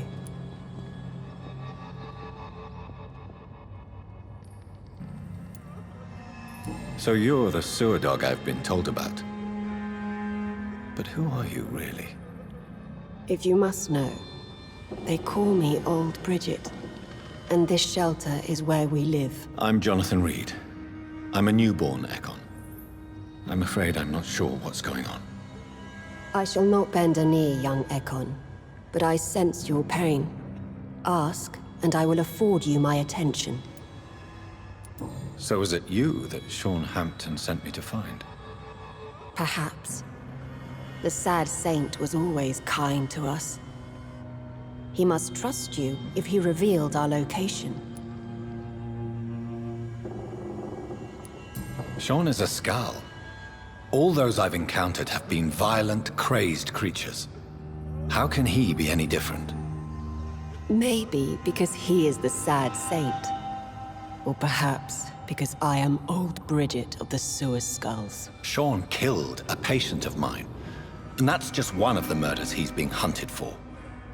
If you refer to Harriet, she is now among us and under our protection. Harriet Jones is alive. That's it. That's the proof Sean wanted me to find. I must talk to her. No. Harriet is not alive. But you can speak to her. I must warn you. She is fragile and may not receive you warmly. I don't understand. She is filled with bile and hate. Her mind is sharp as a tack, but her body is so weak. I've never seen its like before. She is resting in a room on the far right of this hideout. Thank you. I will bear that in mind. Hello, Harriet. Do you recognize me? Yes, you were from the Pembroke Hospital. The young doctor. So full of secrets. I've so many questions I need to ask you, Harriet. If you would. I love questions. As for the answers, you may not like them. I have a question of the utmost importance to ask. Will you answer? Questions, questions, questions.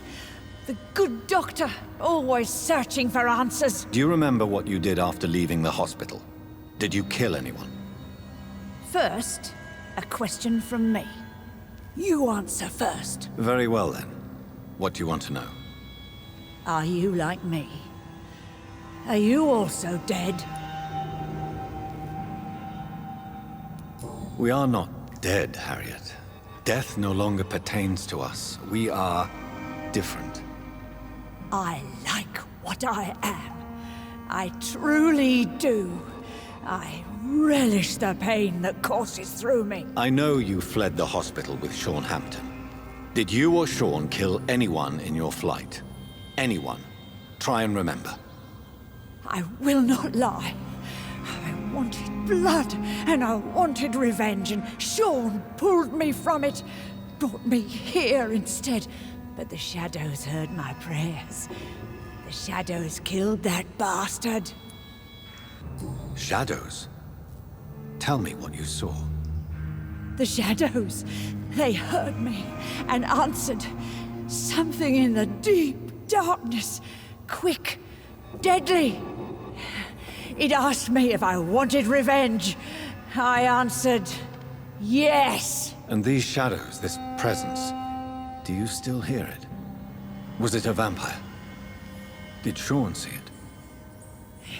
It spoke only to me, and now it is silent, but it is born of hatred. And it will kill again. And it hates you, Doctor. Oh, it hates you. What makes you say that? It whispered your name, Dr. Reed. It wanted to know who you were and where you went. Questions about me? What did you say? Nothing, Doctor. I said nothing. There was nothing it didn't already know. Oh, I'm tired now. Let me rest. Have you found the answers you were looking for, young Ekon? There is too much left unanswered. So many questions. Get to know us. Spend time with us. And I may be willing to answer more questions. What manner of creature is Harriet? She is different from everyone else. I really don't know. I'm not even certain she is a skull.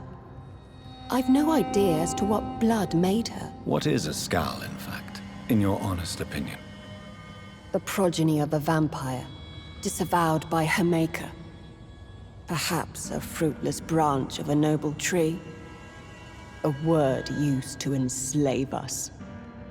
I cannot say. You mentioned that vampire blood has tremendous potency. You believe it to be stronger than your own?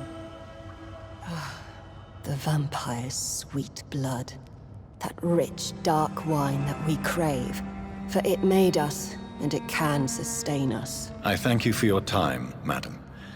I must go back to Sean Hampton now. Your kindness has been ample payment, Ekon. To protect us, I'll close the access to our hideout, but you can use our shortcut to reach Mr. Hampton's shelter. Just follow the arrows.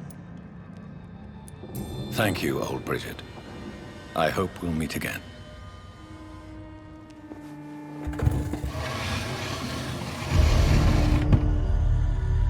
Welcome back, Dr. Reed.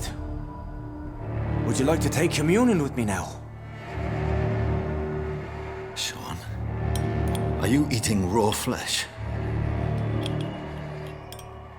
It is the sacred flesh of the mortal lamb. Our Lord's bountiful transmutation for the sustenance of his believers.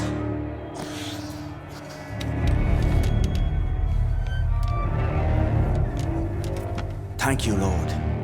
I am your most humble servant. So, true to your word, you waited for my return. I told you, Dr. Reed, I was a man to be trusted. Did you have words with the poor Harriet?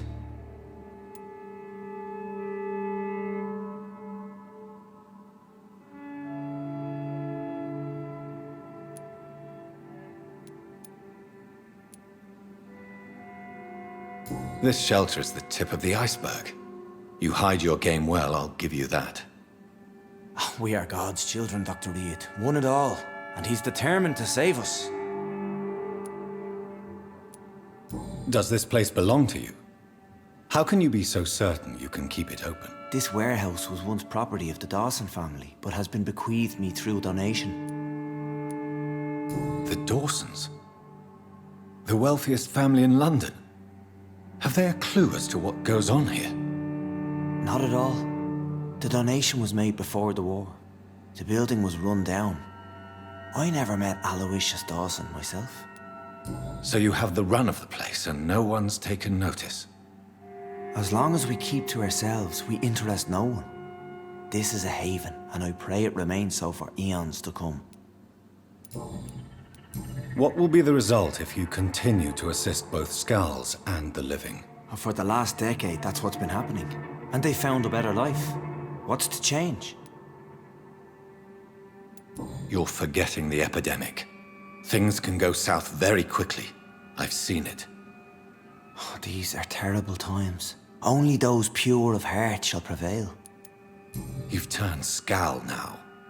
Don't you see the danger to anyone giving you their trust? We are all sinners, awaiting salvation. This is a simple truth, ordained by the Lord Almighty. I am a seeker of His glorious light. Harriet, Miss Jones has been behaving in a most violent manner. She's going to need special attention. That's precisely the reason I brought her here. To meet old Bridget. She's the guide Harriet requires. Harriet is possessed by her hatred. You cannot let her roam free. She's dangerous. She has joined her own kind, Doctor. Old Bridget is a saint to the younger Skals, guiding them to salvation and peaceful existence. I believe I've learned all I need to know. I'm certain you've killed no one, but one day I believe you'll cross the line. Logic is a false prophet. Faith is the only path to salvation. What do you mean? We have been blessed with God's eternity. We are the instruments of His divine will.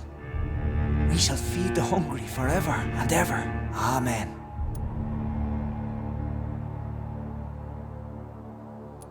I will strive to emulate your merciful nature, Sean, but it's a difficult pledge to make. Give yourself over to God, Doctor. Expel your urges and kneel before the Lord in praise. These urges. You know the hunger will never be satisfied. I've come to embrace the everlasting craving.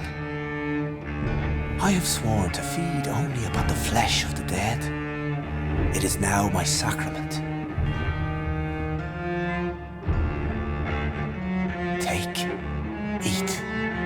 This is my body. So saith the Lord.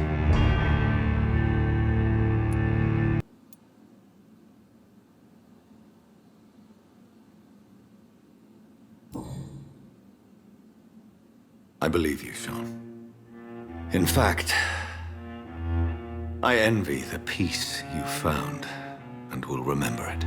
There is love and compassion in your heart. You only need to give it wings. Thank you for your kind words, Sean. Continue your noble efforts. You are a good man in bad times.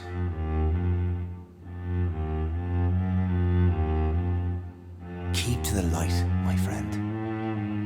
Like all my flock, you have a home here. Anytime you're in the neighborhood.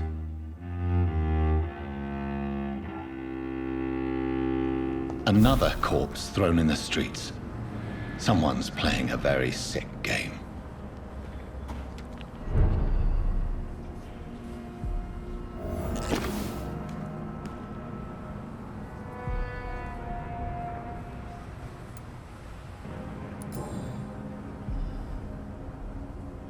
I know this brooch. This is my mother's. A birthday gift from father.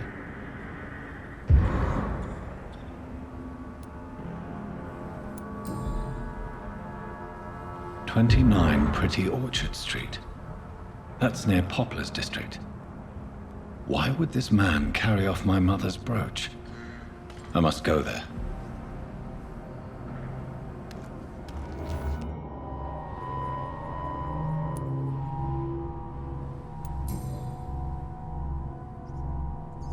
Only a golden watch in her pockets.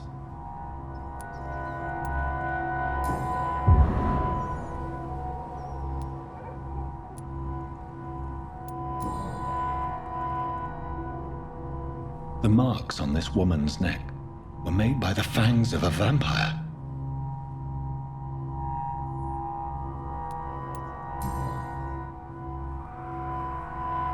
Her shoes and clothes are quite worn out.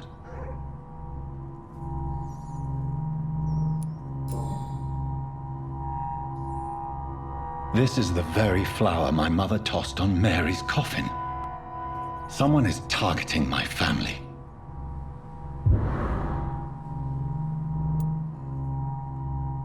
I see you.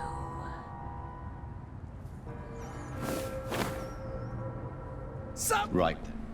You! What have you done? Vicar Larrabee, what happened? Demon! Hell scourge! Son of perdition! Vicar, Vicar!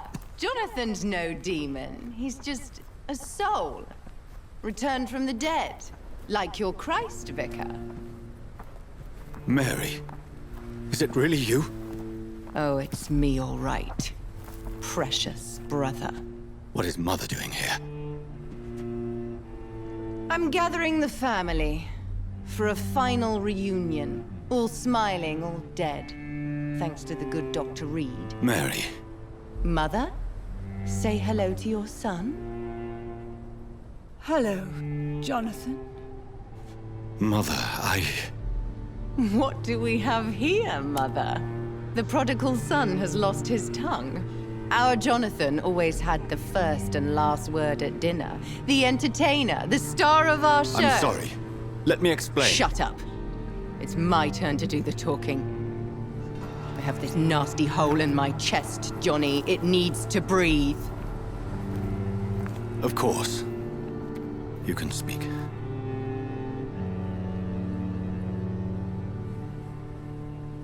My prayers went so long without an answer. My husband, killed in France. My child, carried away by the flu. My brother promising to return in his letters, then disappearing in thin air. I went from hospital to hospital.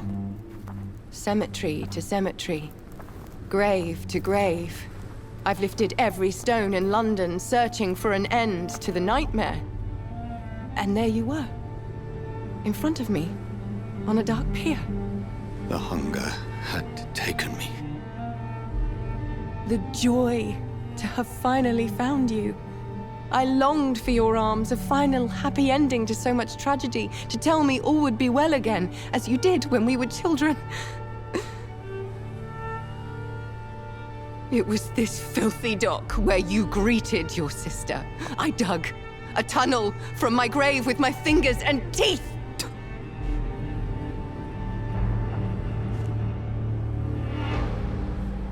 Mary. I thought I had murdered you. I tried to end myself. We've been through the same horror. We are a disease, Jonathan. A sickness that corrupts all it touches. All we kiss, and all we kill. Look at me. Admire your ilk. I'm so sorry. Apologies will not suffice. I demand reparation. I want a miracle. Are you a miracle worker, Dr. Reed? No? I'll show you mine then. The family Reed, reunited and complete, living forever in a red sea of eternal love. Time to go, Mother. Say hello to my son for Mary, me. wait. I have made friends with vital knowledge. Vampires. We are not alone, Mary. With time, we can learn to live almost as we lived before. How long? What? How long will this masquerade continue? I've been watching you. All these nights in Whitechapel, pretending you're still a doctor. You believe you're just fighting a disease. But it's you, the disease. Jonathan, you! I'm a scientist. I'll find a solution. Let our mother go, please. You're always the one to sway me to reason, Jonathan. But before, your motivations were always pure. Now you're tainted. Let her go! She has no part to play in this. Very well. Have you heard our good doctor? You can go home, Mother. go home and rest in peace? Yes, I'll go home and rest. It's so easy to make them obey or forget puppets for our pleasure. I've seen you have your fun. You are mad. So that's what I am, Doctor. Mad. I was beginning to wonder. I've been hearing these voices in my head, one in particular, that of my dead brother. This is the reason I must kill you. Not for your betrayal, not for our poisonous kiss, not even for the lies you tell yourself. No, it's so that smooth and wicked voice will stop ringing in my ear. Mary. No, don't! Time to die, brother. And this time for good. Left me to rot in this grave!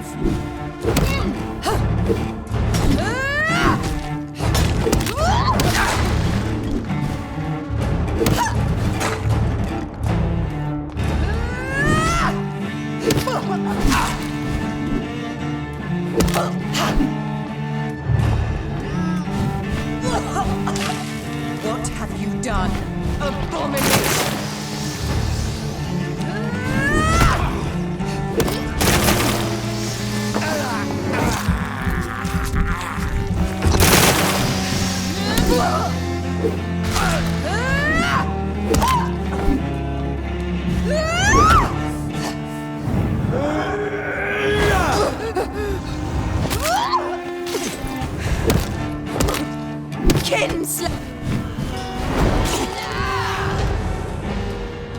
You've spared the precious Nurse Crane, but not your own Mary.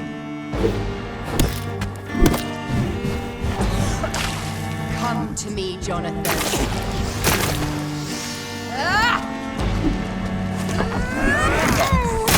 Then kill him. Revel in your true nature.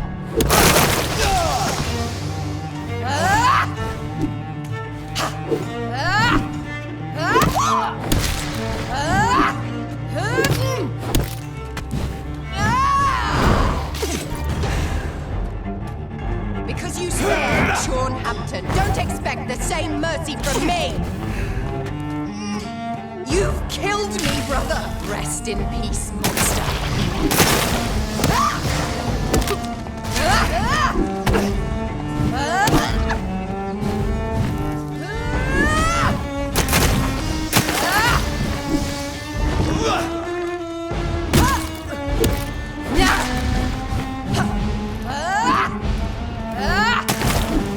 You left me to rot in this grave!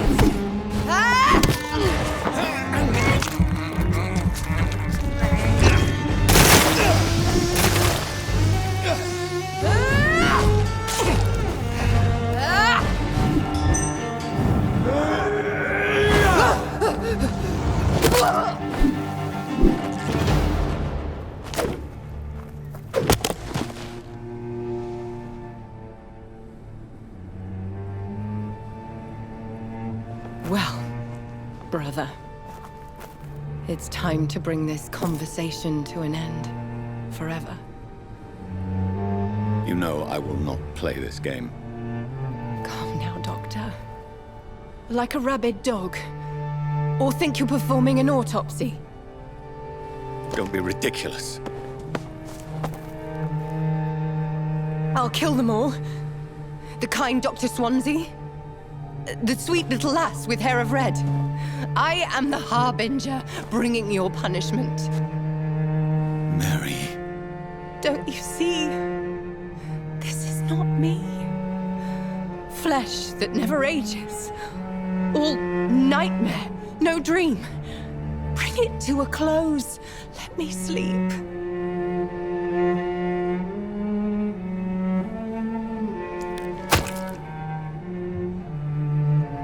I will find a cure, Mary.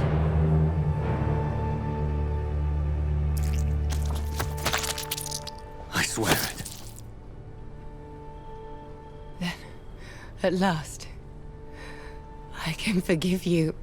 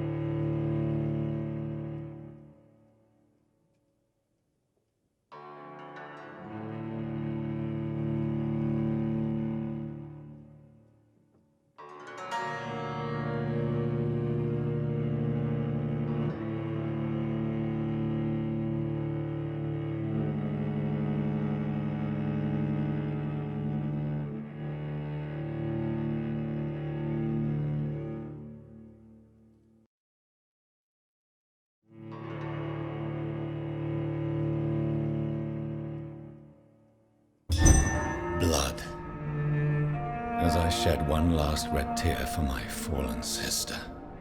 I realize the entire world now revolves around this singular word. The epidemic that has stricken London is not the Spanish flu. It is transmitted through the blood, via violent biting, turning survivors into frenzied immortals. I am Dr. Jonathan Reed. I am a vampire, born anew into an age of death and pestilence. While plotting factions close in around me, I am sworn to find the source of this epidemic.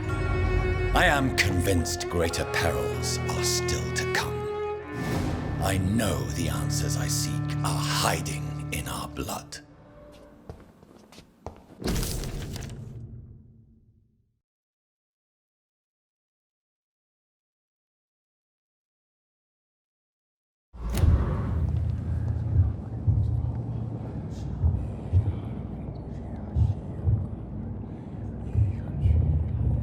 You must prepare, child, for the earth is bleeding and the harvest is upon us. Stay away, whoever you are! This is no time for petty quarrels, my champion. Can you not hear? The famished queen has awoken.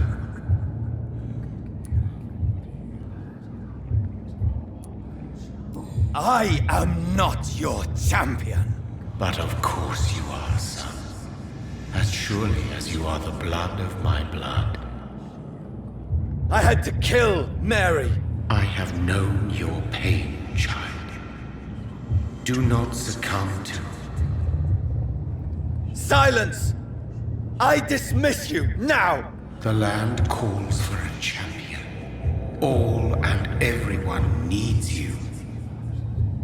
Silence!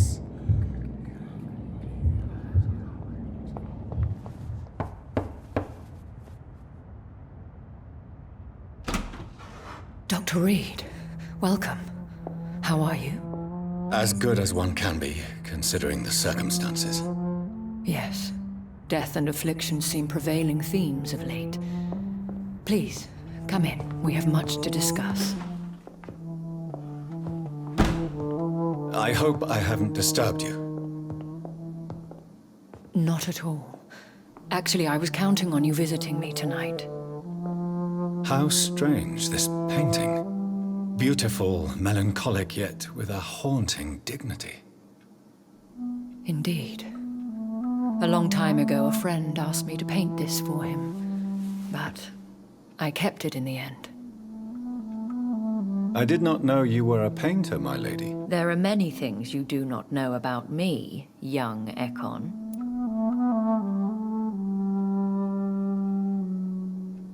Why do you continue to mock me? Please excuse my behavior, Jonathan. I tend to tease my friends when uneasy. What is bothering you, my lady? Your letter was quite alarming. We will talk about this in a few minutes. For now, I would like you to tell me about yourself. How have you been since we last met, my friend? I think I should ask the questions, your ladyship. After all, it was you who invited me to settle this most urgent of matters. Fair enough, Jonathan. The situation is critical. We do not have the luxury for etiquette. Please do not misunderstand me. I would be delighted to discuss mundane matters and idle trivialities. If we survive the dark nights to come, we shall have all the time in the world to speak, you and I. For now, please follow me, Jonathan. I must say, your house is exquisite. One of the advantages of living forever is having the time to be selective with one's furnishings. I took the liberty of having tea served. You can still drink tea. Can't keep it down, but I do so enjoy the aroma. Let us toast to make-believe. And of course to your health, Jonathan. And to yours, my lady.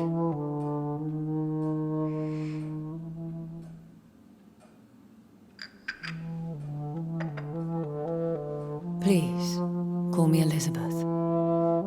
So, my lady, why truly did you invite me here? I've been asked to deliver an official invitation to meet the Ascalon Club. They have done nothing but impede my investigation since I became known to them. Why would they want to see me now? I guess they now see you as Ascalon material. They must have found out what happened to your sister. Proof of the potent blood flowing through your veins. I'm not sure I can accept their invitation. I have seen their handiwork. How Fergal the Beast imposed the club's law. You have no choice, Jonathan. Even I would not openly defy Lord Redgrave, the chairman of the Ascalon Club. If you are convinced I must meet him, I will heed your advice. Thank you, Jonathan. I understand your reluctance to brush shoulders with London's vampire elite. But we have no choice. Is the situation that critical? Yes. The Guard of Prewen has called for a second great hunt of our kind. And they will stop at nothing to eliminate us. You should flee then. Leave London, the country even. I have seen the Guard in action. They are merciless. Your concern warms my heart, Jonathan. But fear not. If the situation gets too dangerous, I shall retreat to my secret Scottish manor. I could hide you in my luggage, if you wish. Thank you for the offer. I shall keep it in mind, but I have much to do here. There is a question I must ask you. Could Lord Redgrave be my maker? I doubt it. If Lord Redgrave had made you his progeny, he would not have seemed so surprised when you demonstrated the strength of your lineage. One day soon, I will have to find the answer to this mystery. And I shall help you in your research, I promise. For now, you must go to the Ascalon Club and play their game. Will I see you again at the Pembroke Hospital? No, you will find me here if you need me. I shall conduct inquiries alone, and we can then share our discoveries. When will we meet again? As soon as you meet Lord Redgrave, I suppose. Fear not, my dear. I shall only be a heart's beat away. Will you not visit Pembroke again? No. I must remain discreet and avoid attracting attention to Pembroke Hospital for the time being. But how will you sustain yourself? I shall not, Jonathan. Fear not. I'm used to it. I want to thank you for all your support and your help, my lady. Could you do me a last great favor and call me Elizabeth? I should be honored, my lady. Then it is settled. Finally, some good news in these dark hours. Thank you. I appreciate the advice. I had best prepare myself to meet this Lord Redgrave now. How thrilling to meet the Earl of Bristol in the flesh, so to speak. Something tells me you're not very keen on the man. Don't get me wrong. The gentlemen of the Ascalon Club are honorable, but their attitude and opinions are somewhat antiquated. I see. As long as they deny access to female applicants, I will leave them to their antediluvian considerations as to the natural order of things. Jonathan, promise me you'll be careful. Of course. But why the fear in your voice? Look at me, Jonathan. I am. I mean, really look at me, young Ekon.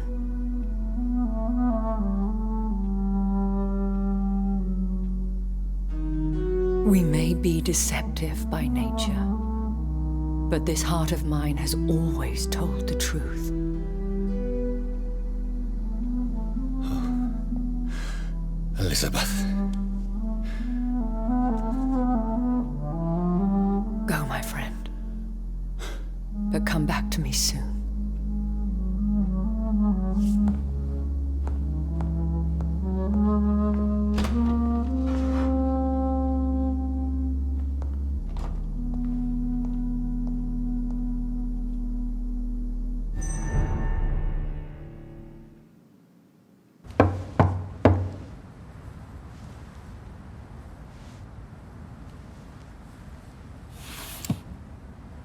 Do you know where you are standing right now?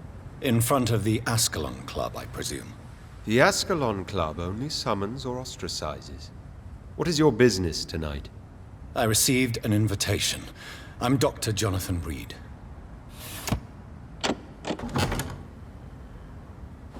Welcome to the Ascalon Club, then, Dr. Reed. Please proceed. Lord Redgrave is waiting on you upstairs.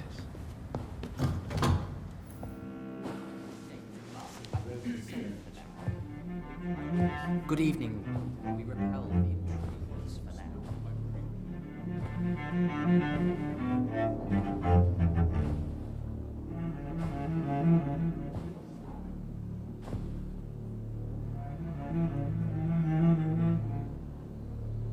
My good friends, if I may have your attention.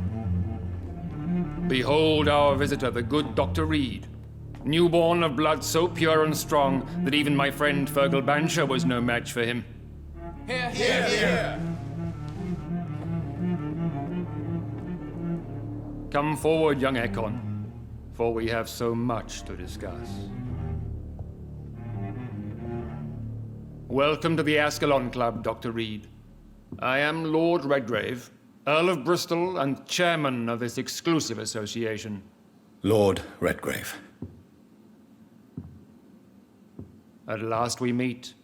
I've been eager to make your acquaintance. I've heard some astounding things about you. Please accept my condolences for your loss, Dr. Reed. Thank you, my lord.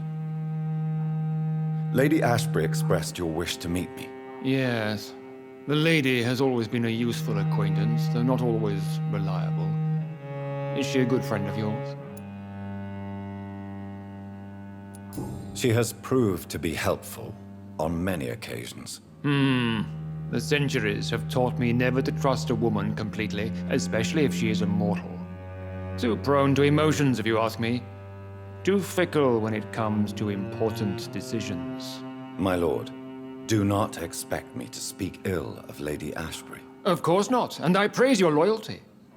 Would you offer the same fidelity to the Empire? What do you mean? I speak of this skull plague that threatens London and the country.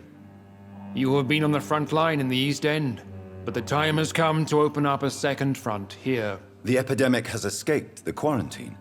You have new cases of the outbreak. We don't know for certain, but we cannot allow the disease to threaten the prominent heads of Great Britain. Why are you suddenly so friendly? The last time I met one of yours, he tried to kill me. Are you referring to Fergal? He was the most useful of servants, but he was just a servant.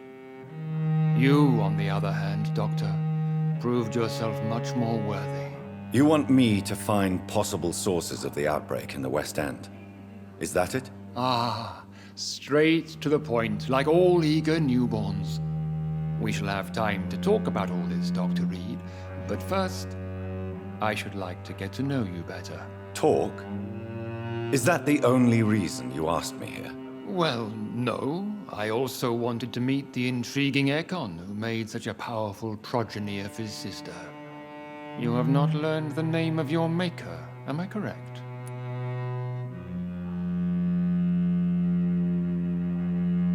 How dare you speak so flippantly of my family? Have no embarrassment, Dr. Reed. We all make mistakes. But whatever your lineage, you are definitely Ascalon material. What do you mean? I would like you to become a member of the Ascalon Club, and to serve me as such. I agree to join the club. This is good news. Good news indeed in these crucial times. Let's inform the Assembly formally, and proceed with your initiation. My initiation? Fear not. Nothing fancy nor dangerous. It is just that we, the members of Ascalon, believe that tradition and custom are the backbone of this country.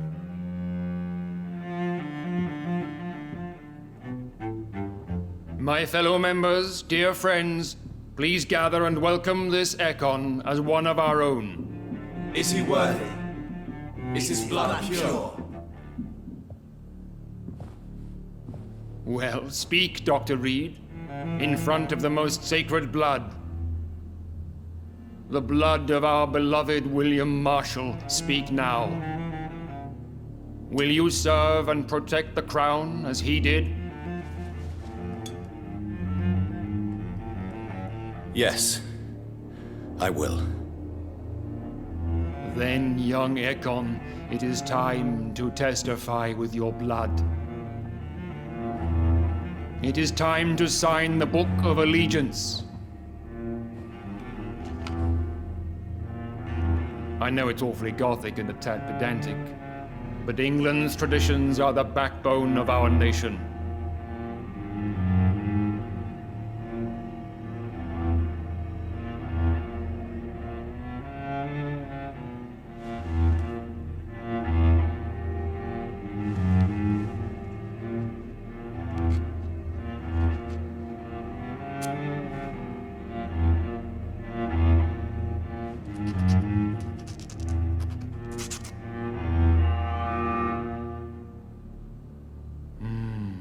Delightful.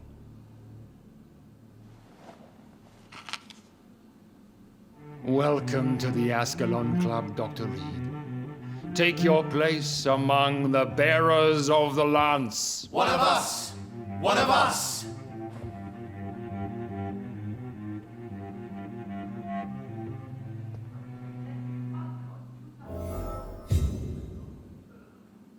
That went well, did it not? It is always useful to bolster the troops' morale, especially before a difficult battle. You have the makings of a general, my lord. I was, though very long ago. Well, not quite a general, but a proud defender of the crown. So why did you really want to meet me? Straight to the point again, young Ekon. All right, let's talk, you and I, Lance Bearer. I'm listening, my lord. According to my spies, you have worked with Dr. Edgar Swansea on the epidemic, and your findings were quite alarming. Yes, I'm convinced the recent invasion of frenzied Scals in London is directly linked to the epidemic.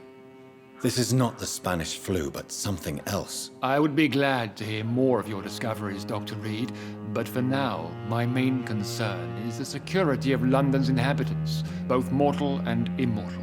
What do you mean?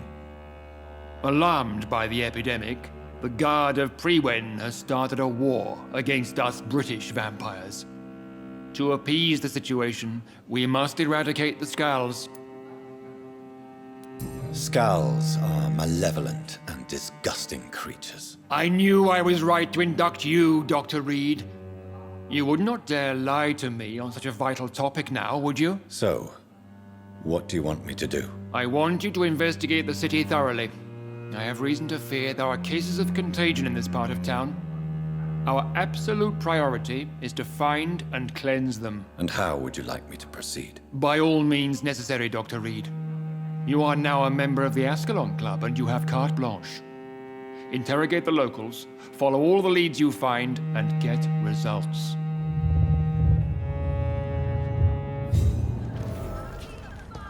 I think Lord Redgrave just suggested I was sired by an ancient vampire. Men and women!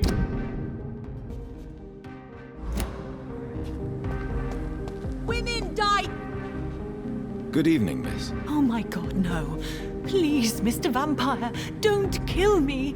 Please, no. I'm too young to die. I still have so much to offer this world. Wait, no. Why do you think I would... What? Don't worry, Dr. Reed. I know you wouldn't harm me. Mother told me you were in this part of town and might drop by. Your mother? My name is Charlotte, sir. Charlotte Ashbury. My mother taught me long ago how to recognize the signs that betray a vampire. I understand she also taught you how to tease and gently mock innocent young Ekons. It's a pleasure to meet you, Miss Charlotte. I'm investigating the source of the epidemic in this district. Have you noticed anything unusual recently? A few days ago, I spotted a strange house while campaigning for women's suffrage. Awful smell. No answer when I knocked. Where is it? It's the Mullaneys, a nice family who live in a big house near the park in the eastern part of this neighborhood. Goodbye, Charlotte. Give my best regards to your mother when you see her. She's been quite busy these last few nights. I suspect you may see her before me.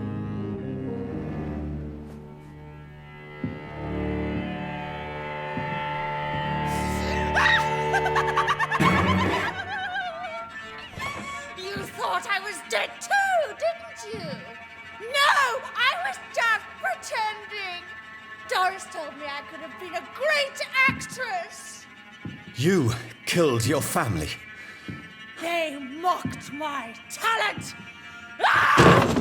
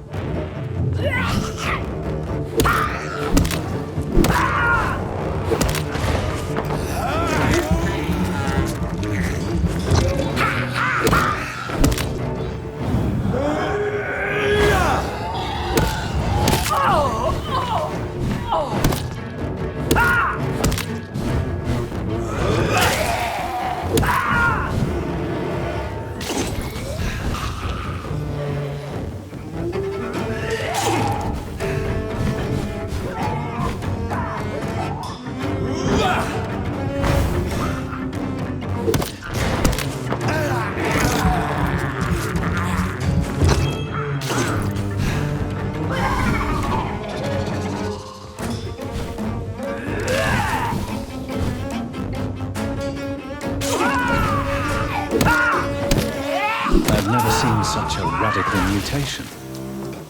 Could it be a new stage in the disease's evolution? Good evening, sir. Please forgive me for disturbing you. I'm a doctor. I never judge a man by his title, but by his attitude. And you are not disturbing me at all. I am Calhoun Russell, and I welcome you. Well, I must admit it's good to receive a warm welcome for once. I'm Jonathan Reed. Welcome, Dr. Reed. Welcome to my humble shop.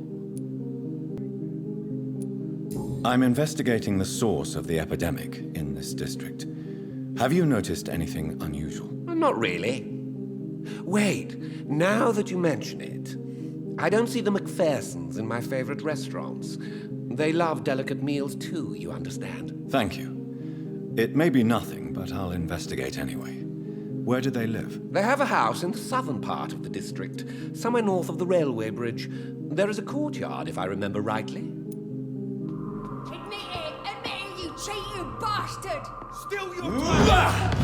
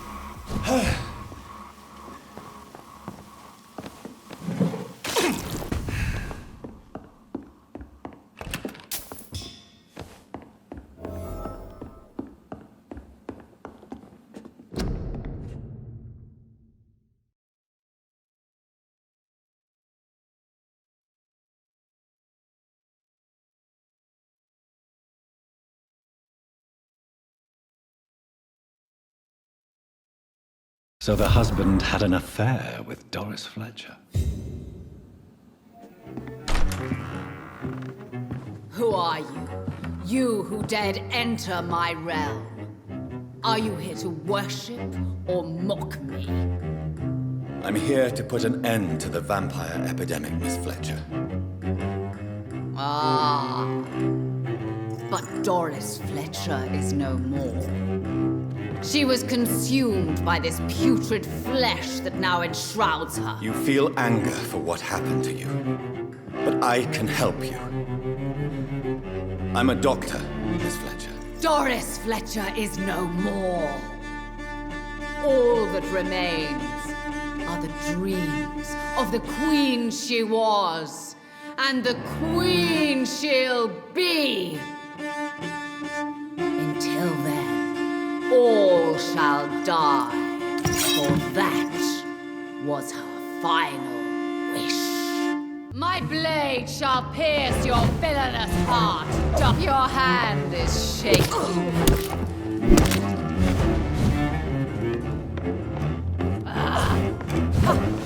On guard.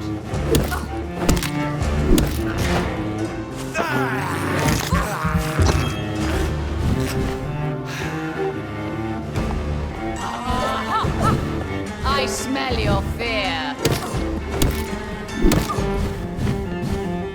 I summon thee, my children of the night. Bite! Maim! You... Behold, Kinslayer, the disgrace of she once. Will she be the queen again once they all share her fate?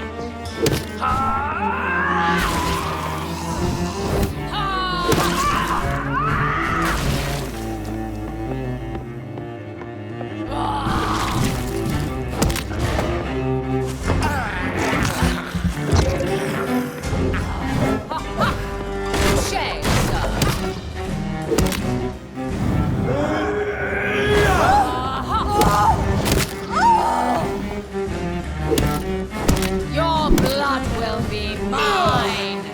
Arise and save your queen, my slaves.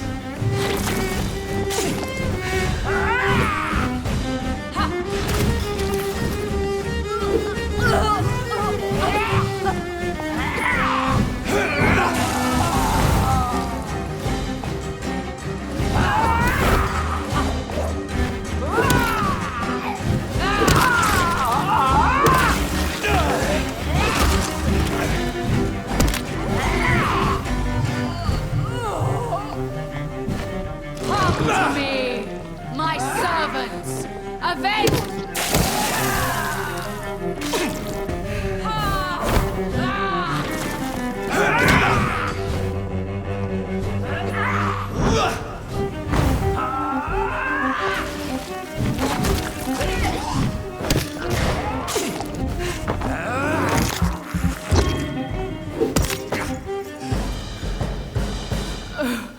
Wait. I beg you, wait. What? I don't want to die. And I did not come to kill you, Miss Fletcher. Will you spare me then? Save this cadaverous carcass of mine. Does your heart beat a little faster now? You fancy me then, Doctor? No, Miss Fletcher. My dead heart will beat for only one. Ah! Is she pretty? Is she sweet and tender? To me, yes. Ah! I hate her already. I know. And this is partly why you must be destroyed. But you just said... That I did not come here to kill you, yes. But I realize now the threat you embody must be stopped.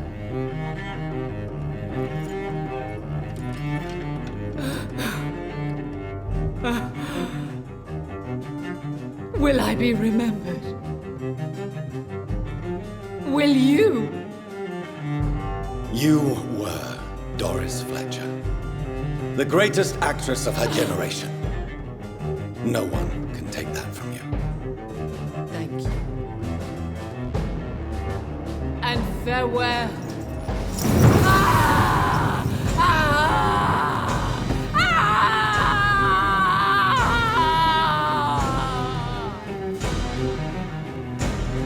Farewell, Doris.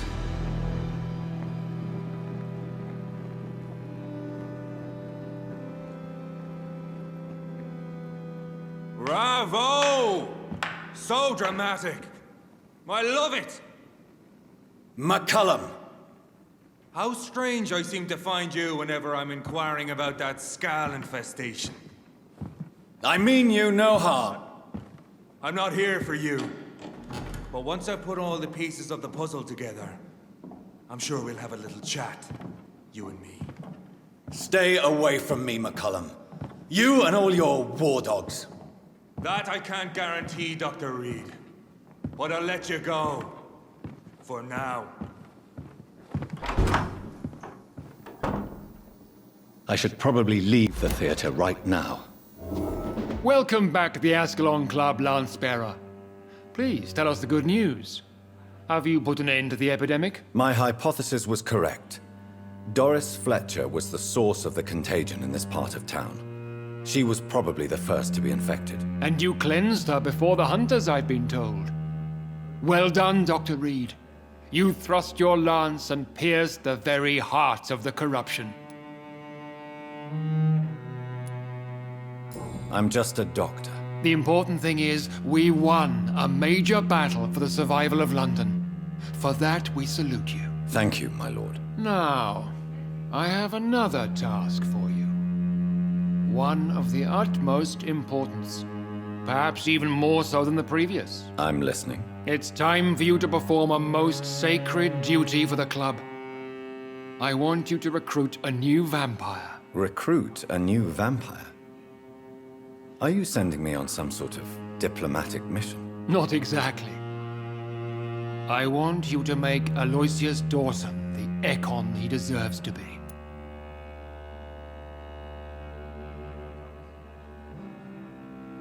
I'm not sure I'm the best candidate for such a task. I can hear the hesitation in your voice, Dr. Reed. I admire a man of principles. But in this matter, there is more at stake than your moral comfort. It's not a moral question, Lord Redgrave. It's the responsibility of giving immortality to a man I barely know. Nonsense. Aloysius has been a member of the Ascalon for years. This is but the fruition of a long-held plan. How would you like me to proceed? Aloysius is waiting for you at the Dawson estate. Once the deed is done, Are you all right, Jonathan? Lord Redgrave has just ordered me to turn Aloysius Dawson, to make him my progeny. I see. And how do you feel about this?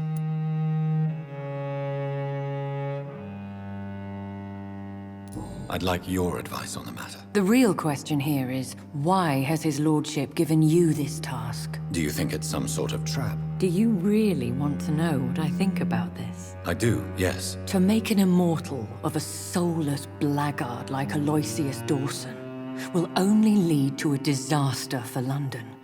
The man is already dead inside. Should I refuse? Perhaps politely suggest that Lord Redgrave turn the man into a vampire himself. Don't you dare, my dear. According to what I've recently discovered, his lordship could kill you for even broaching the subject. Really? Why? I've recently found proof that the Earl of Bristol is of lesser lineage and only capable of creating skulls. Please tell me more about your recent investigation. As long as you lower your voice.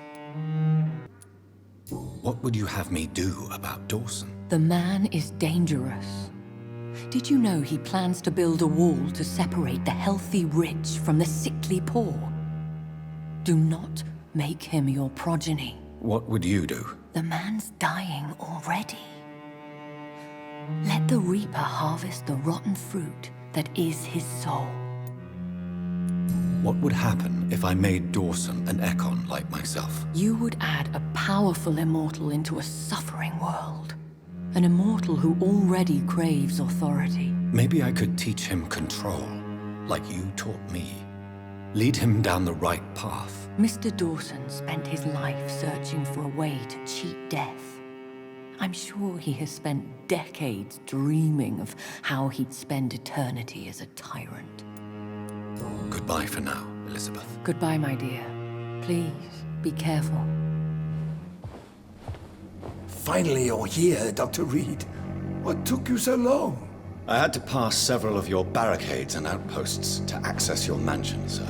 Death, pestilence surround us, and time is against me.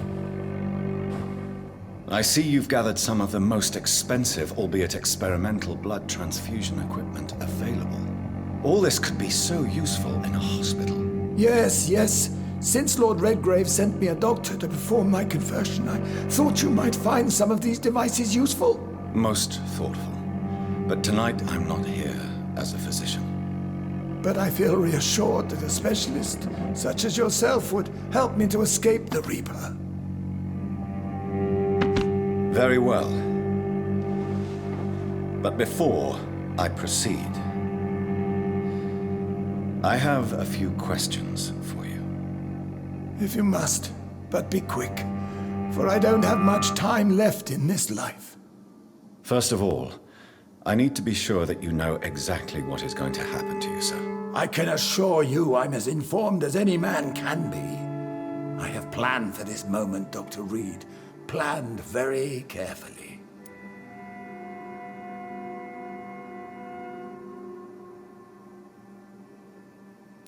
Believe me, there is a huge difference between reading about vampires and waking up as one. I learned that myself the hard way. Oh my God, man, stop your whining. I don't have time for your pointless jibber-jabber. I've heard enough. It's time to proceed. At last. All right, do what you have to do. If it hurts, so be it. I've been preparing such a long time for this.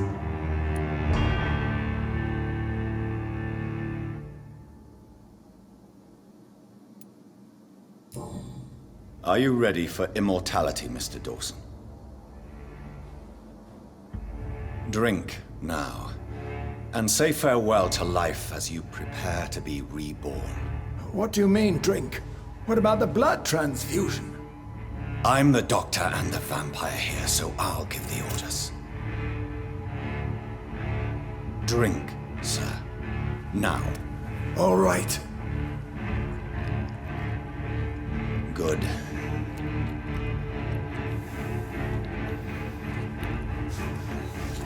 That's enough. That's enough, I said.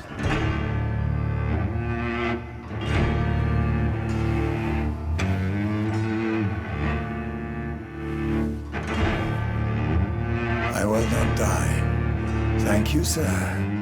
Thank you. Oh no. You will die, sir. Steel yourself. You're already in death's grip.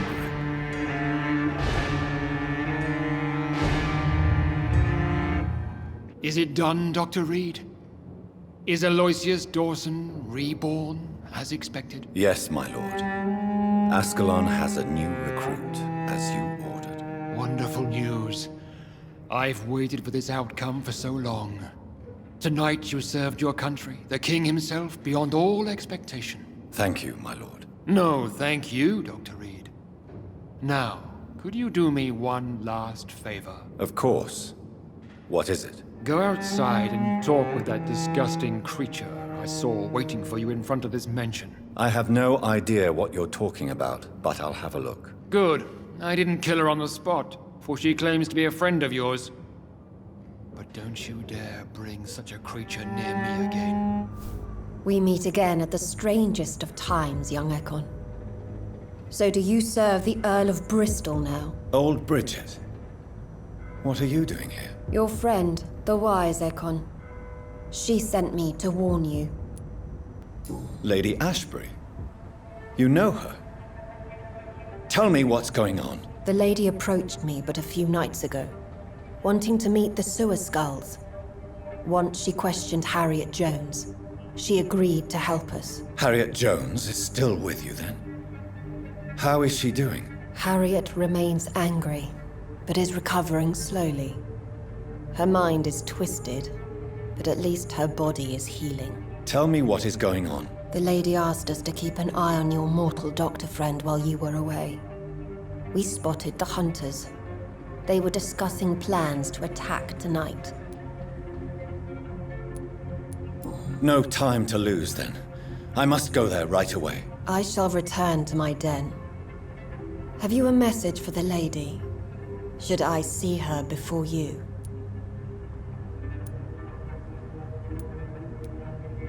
Tell her I worry about her. Do not. For she has had strength and wisdom for so much longer than you. Go now and take care, young Ekon, for the flames are rising.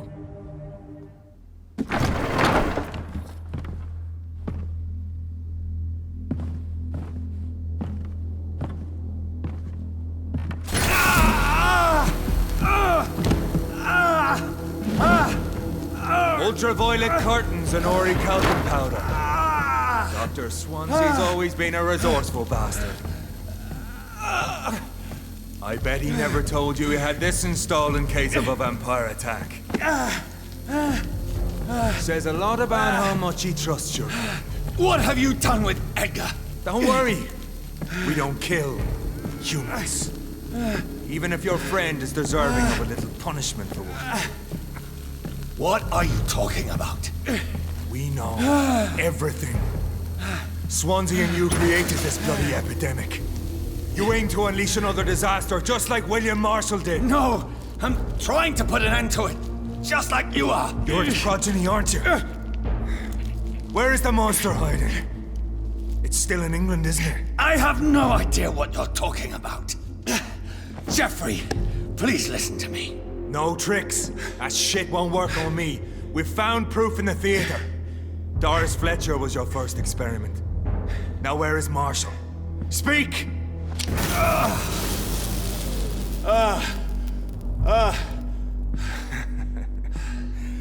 So much for modern technology. Time for the tried and true.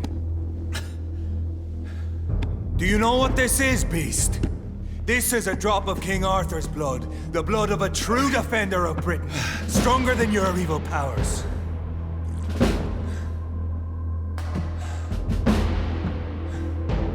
This is ridiculous. We're losing precious time.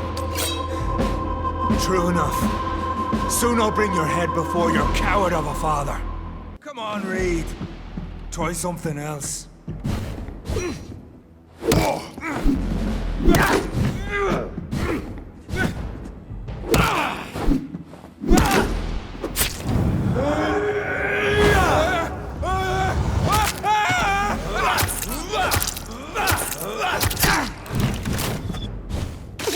True light will cleanse you. Free wind prevails.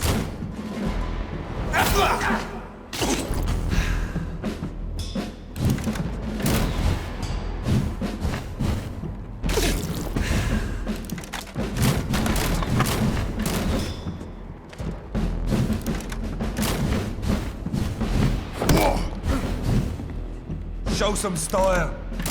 Fight like a man.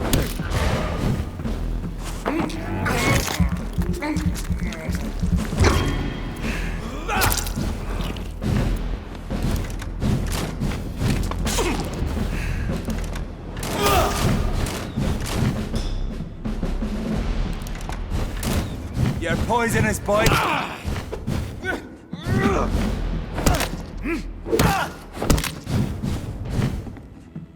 The blood of the true defender of this land will protect you.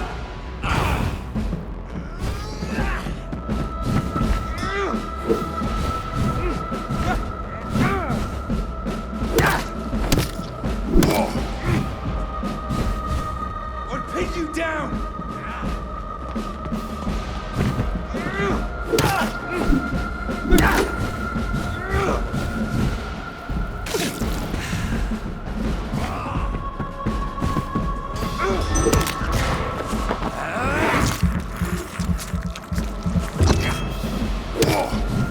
Come on, Reed. Try something else.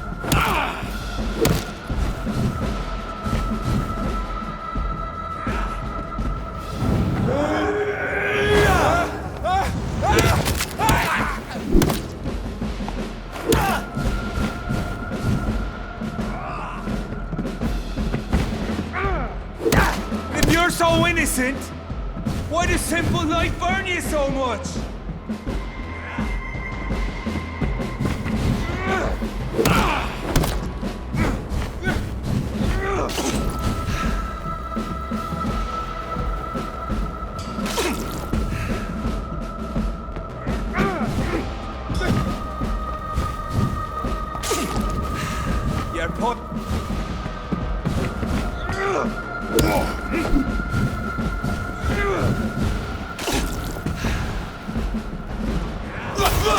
Close your eyes! This is gonna hurt.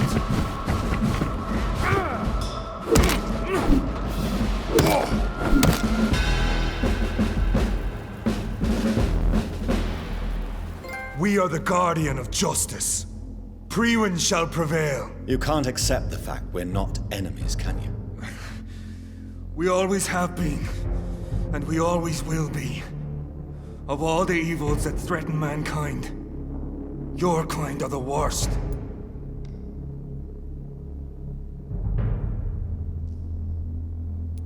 I was only reborn for a few minutes before you and your men hunted me down like a beast. You were only reborn for a few minutes, and you'd already taken the life of an innocent woman. There is no way you'll ever let me be, McCullum. You'll always hunt me down, won't you? There is no escape, Leech. Kill me now, for there is no way you can sway me to your ideals.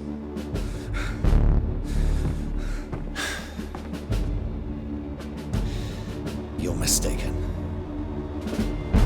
What do you mean?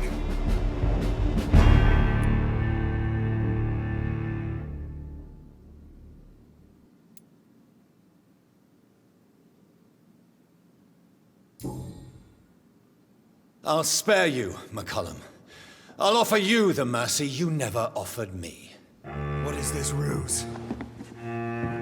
This is no ruse, McCullum. This is me letting you go. After all, you and I are both trying to save this poor country in our own way.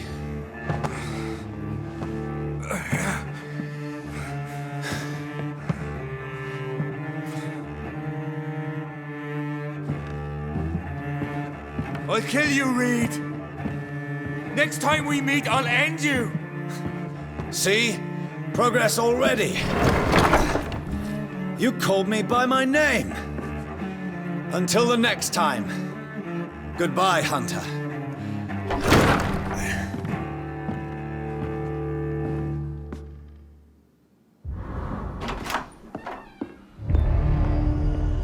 Edgar.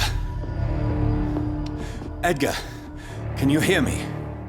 Jonathan, is it really you?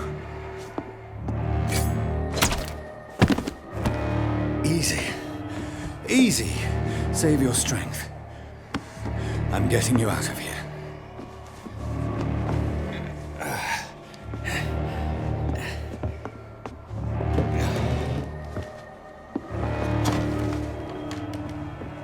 Don't try to spare me. As a physician, I know all too well when it's too late. Punctured lung, broken ribs, and internal bleeding. An accurate diagnosis, wouldn't you say? Edgar, what happened? They wanted me to confess. Beat me black and blue. Geoffrey McCullum ambushed me at the Pembroke hospital. He was convinced you and I were responsible for the Skal epidemic. I never imagined that self-righteous fanatic would dare to attack us in the open. What became of him? To prove him wrong, I let him go. Really? Are you sure that was the wisest course of action? Time will tell. The most intriguing part of his accusation was that you and I were the pawns of some ancient vampire. William Marshall. Yes, they tortured me to make me confess the same nonsense.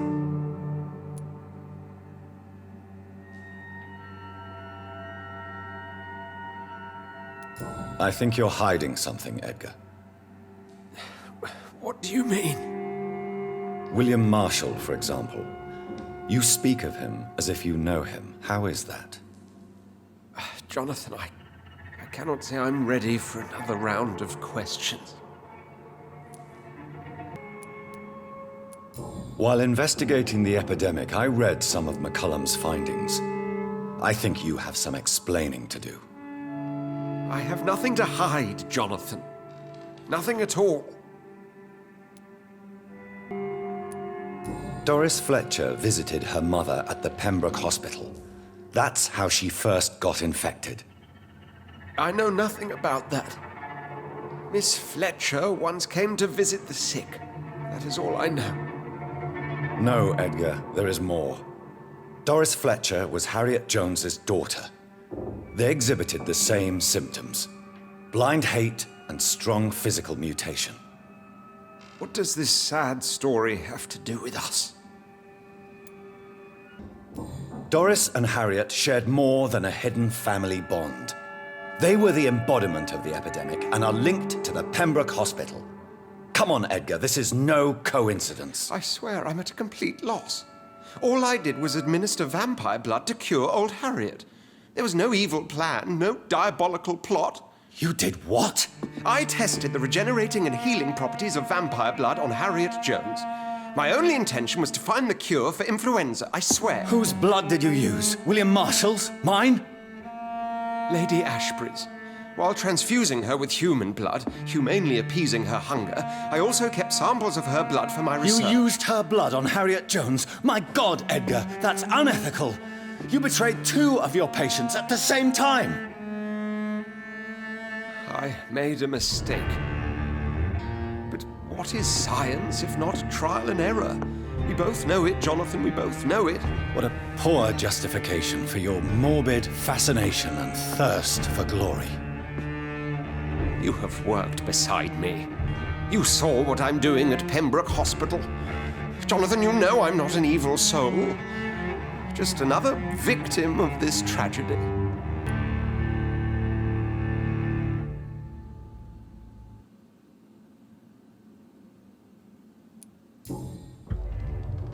No, Edgar, you are not going to die. Unless you want to. What do you mean? I can save you, Edgar. I can turn your broken body into one like mine. You truly would? After all I've done, after all that's been said, you would offer me this gift? I have no way of knowing which punishment would be worse, Edgar. But it is not for me to decide. So? Oh, please, Jonathan, please. I beg you. This is what I've always wanted. This is what I've always searched for. Very well, then.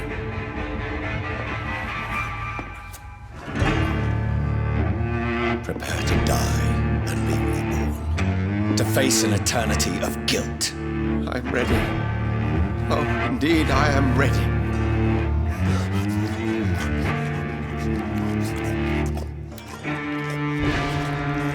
Enough!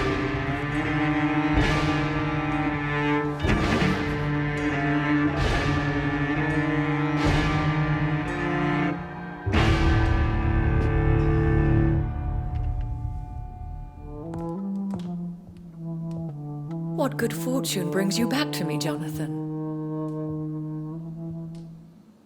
What is it, my dear? I'm afraid it's bad news, Elizabeth. The worst, actually. Please, speak up.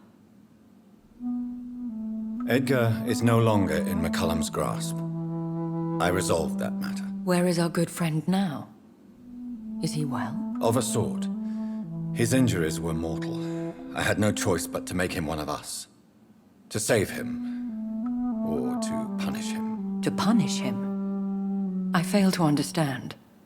And what is the source of this cold tone in your voice? Edgar Swansea was responsible for the Skal epidemic, Elizabeth. It was he who unleashed the deadly scourge upon London. What? Are you certain? This is the most terrible accusation of all. He confessed everything to me. He sought to cure the disease, to exploit vampire blood to stop the epidemic. But he unwittingly gave birth to a catastrophe. All those poor victims. How could he do it? What happened? Edgar's behavior was beyond lunacy. He had neither the discipline, knowledge, nor the proper facilities to conduct blood experiments. I must say I'm shocked, Jonathan. Who would have thought it? And the poor patient. Let me guess. It was Harriet Jones, was it not? Yes. That explains how Doris Fletcher was infected, and how she became an Icor. She secretly visited her mother at Pembroke. Then we have no choice. We must act quickly, Jonathan. We must return to the sewers and put an end to the threat poor Harriet embodies. I have one more matter to discuss with you. Harriet Jones was the primary case, but do you know what a healthy carrier is? There is a tone in your voice that frightens me, Jonathan. What are you trying to say? It was your blood Edgar used for his experiment on Harriet Jones. What?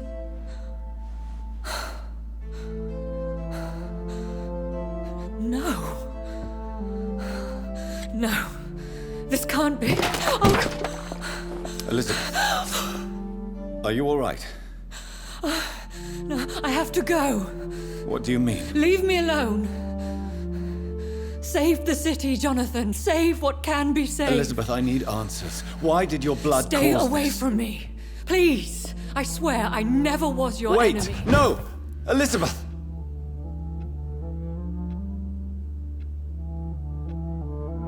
Now would be a good time to blend the recipe Marshall used when he fought the disaster. I think I know where to find what I need. Good evening, Lord Redgrave. Welcome, Lance-Bearer. To what do we owe this pleasure? I've located the true origin of the epidemic, and I'm about to end it. Good. We've held out thus far, but the time has come to put an end to this crisis. Tell me, what do you need? The blood of William Marshall. The blood of William Marshall? Of my maker? Are you mad? This blood is the purest of all. My maker proffered it to me on the battlefield. I cannot hand it to you. This is more important than the club, you, or me. This is London's last hope. I see. Well, in that case, given the gravity of the situation, I suppose I can spare you a drop. Thank you, my lord. Now go, Lance-Bearer. Craft a legend to be sung to Ascalon recruits for the ages to come. There it is. Insulin. Much more efficient than garlic against blood poisoning and sepsis, and much less dangerous for me. Thank you, Dr. Polescu. Good evening, vampire hunter. Are you here to end me, Leech? You'll find I will not be killed easily. Not at all, McCullum. I am here because I need you. Really? I'm intrigued. Speak up, then. I need the blood of a king. The blood of Arthur. I'm certain you possess it, and I must have it. The Guard's most sacred and precious relic. Why would you? You found Marshall's memoirs. I should have destroyed that book. I need the antidote to save this city, McCullum. It is within me to take your words as truth. I want to, but I must know more. What precisely are your plans?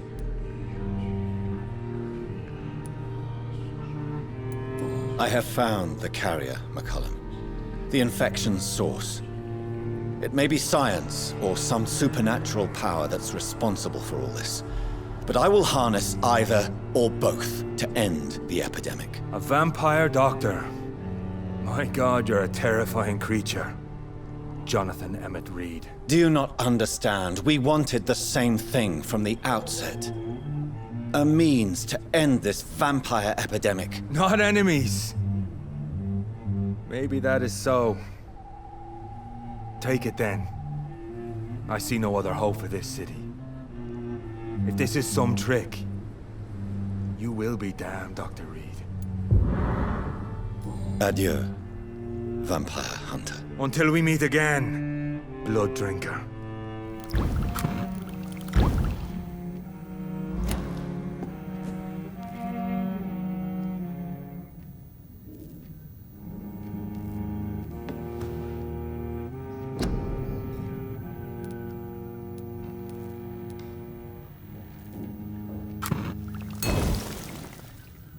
The blend seems stable. Time to go and find Harriet in the sewers. Take not a step further, child, for you are unprepared. You, at last. I wondered when you would show your face again. Step away. We have nothing to discuss. Desist, child. You cannot confront the monstrosity unleashed upon this land without due preparation. I shall not allow it. All right. But no more riddles. Enough of the obscure songs and prophecies. I ask questions, and you answer them. My words have been as clear as crystal lakes, my child. You seem unwilling to drink, to listen, to learn. I'm here to stop Harriet Jones. She is the original carrier. The well from which this corruption flows. I have heard you, but be wary. Harriet Jones's mind is no more.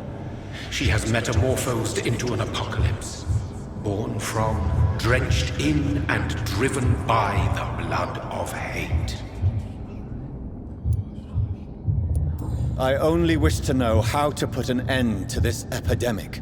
To perform an act so noble, you must protect yourself from its poisonous kiss, my child. I know. McCullum used such a serum when trying to kill me. However, I have produced a more efficacious version of the antidote. Your final task awaits you at the end of these tunnels. I've known for ages you were worthy of this challenge, my champion, Bittersweet. You tricked me. My sister died for your schemes. I have brought suffering and tragedy into this world. I am not, nor will I ever be your champion. Very soon you'll come to know that sacrifice is sometimes necessary. I understand the grudge a child bears towards his father and mother. Be brave, my child.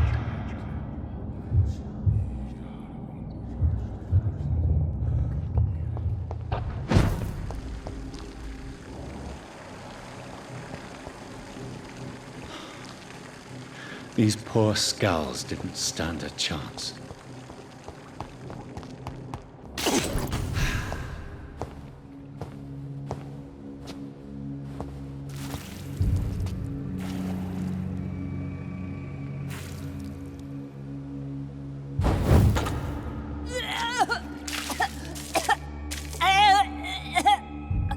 Oh, I'm sick.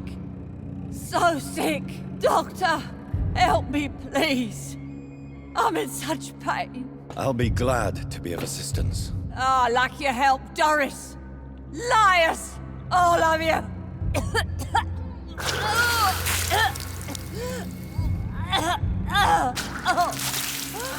My poor baby. I've been such a bad mother. But the Queen herself forgave me. Gave me another chance. Harriet, you must stop all of this. I can't let you infect anyone else. How dare you interfere with the Red Queen's plans, Doctor?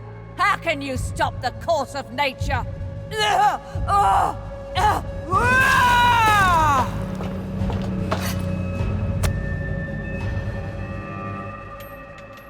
Nobody ever helped me. I've been alone all my life.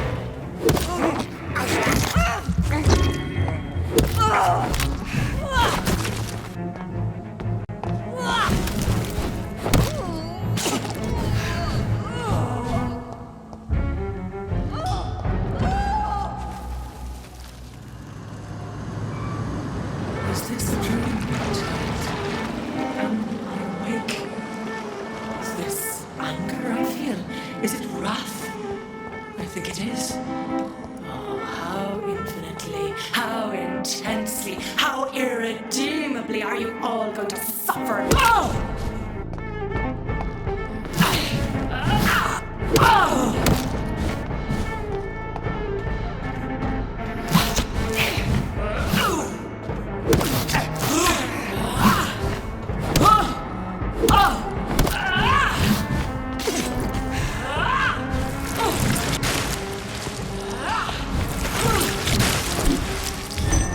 Such innocence! Such guilt!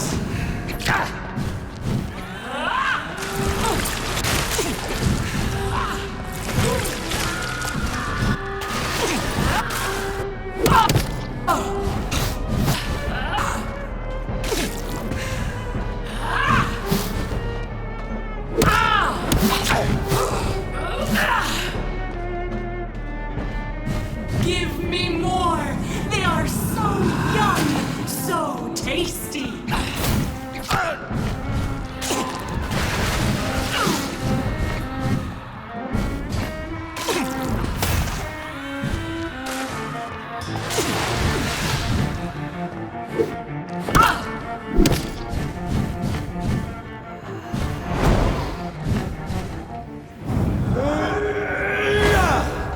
I will reap the land by feed me, abundant their lives, spread the crop.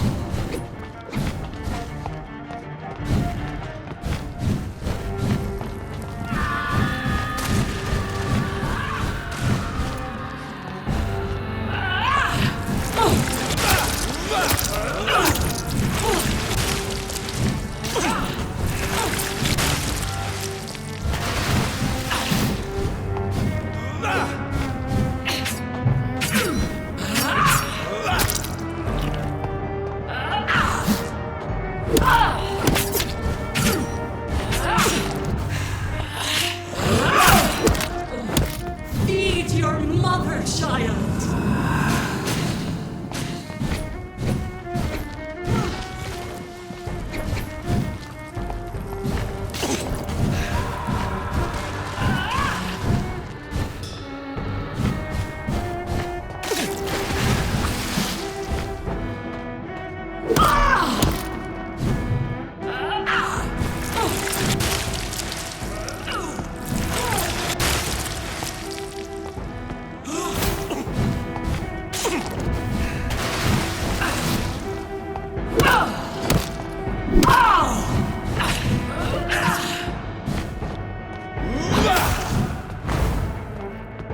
Eat, for this is my body.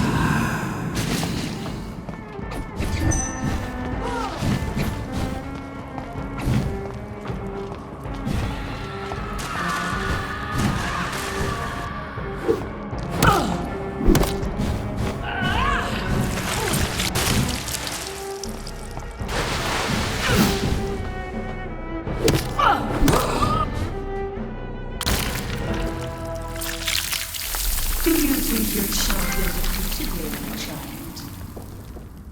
No one could ever defeat you, mother of us all, for you are our every root and leaf. You've always been my most amusing son. Then go back to sleep, my queen, and smile at us from your dreams. Did they feel my wrath? Have they suffered enough? More than ever, mother of us all. Until the next time. Until the next time.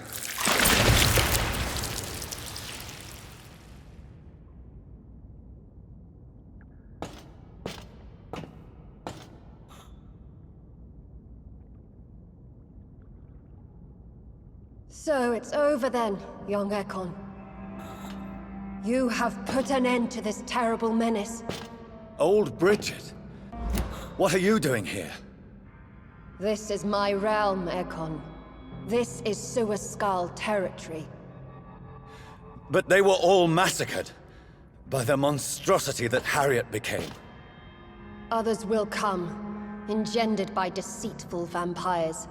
I don't mean you, of course.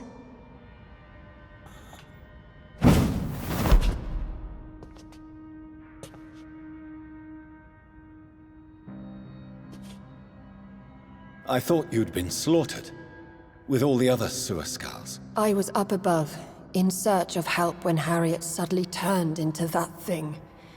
I had no idea. It's no longer shrouded in the disaster's shadow. We're all safe. Yes, you prevailed in the end. I hope you'll forgive me for the way I treated you when first you presented yourself at our gate. No need to apologize, really. Perhaps there will be no stories told or songs sung of what happened here today. But I'll know the truth. Jonathan Reed, newborn vampire, stepped forward and saved us all. I'm honored to be part of this city's legend. Thank you, old Bridget. May I ask you just one question? I refuse anything now. I'll answer Jashbury, when we met a few nights ago. Who are you? Really? I was born with the name Bridget Eleanor Wellington. In 1738, my beloved and immortal husband decided to preserve my beauty and youth forever by making me drink his blood. You were Lord Redgrave's wife. Then the pompous fool rejected you, did he not? It was about 200 years ago. Peace found me in time. And I sincerely hope it will find you too. Now it's over. No, it's over. I may have ended the vampire epidemic, but I still need answers from the woman I love. I feared you would say that. Go then, young Ekon, and face your fate. Just remember that I'll always be here for you.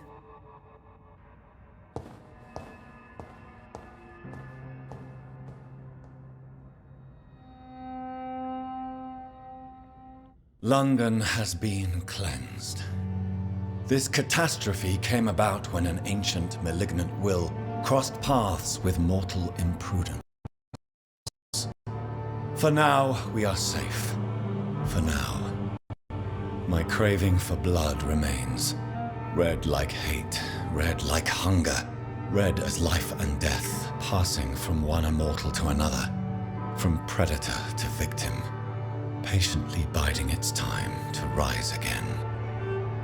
London has been cleansed for now, but there's a simmering hatred, fear, and old grudges. When will we succumb, mortals and immortals alike? The next disaster is only a matter of time. I only hope it's the woman to understand why she fled and unmask the secret that has been lurking in her blood for so long.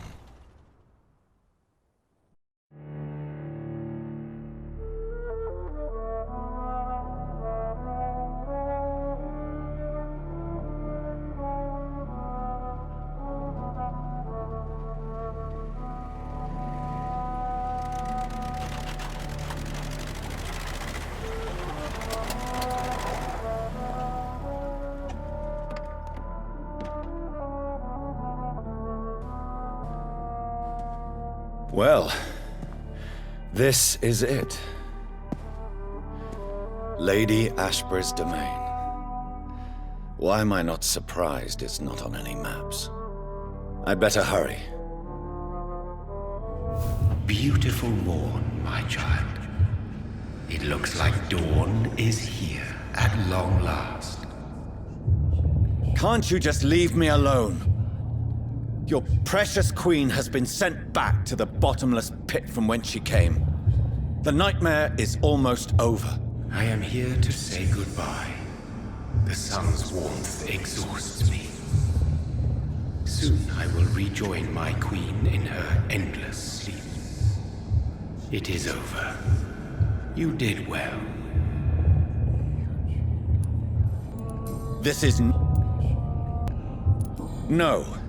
I must know why Elizabeth fled here when I discovered she was the original healthy carrier. No, she is not what you say she is. That is a secret you will discover soon enough. And you? Why are you here? Which new thread of which old twisted plan are you seeking to pull now? Tell me the truth. I am just here to salute my sons, and to bid them fare thee well. Your sons? Plural? My God, will you ever stop speaking in riddles? Perhaps I am too old for your spoken language. Perhaps you now have so many subtle words you no longer hear the simplest ones. Speak clearly then, and answer my last question. What is it? Did I defeat the epidemic? Now you've found the castle, Jonathan Reed. Only you can answer that.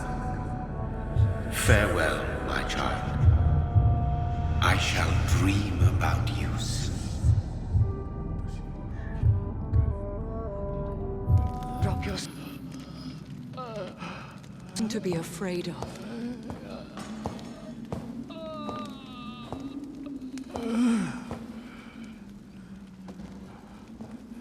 Shall we abandon this then?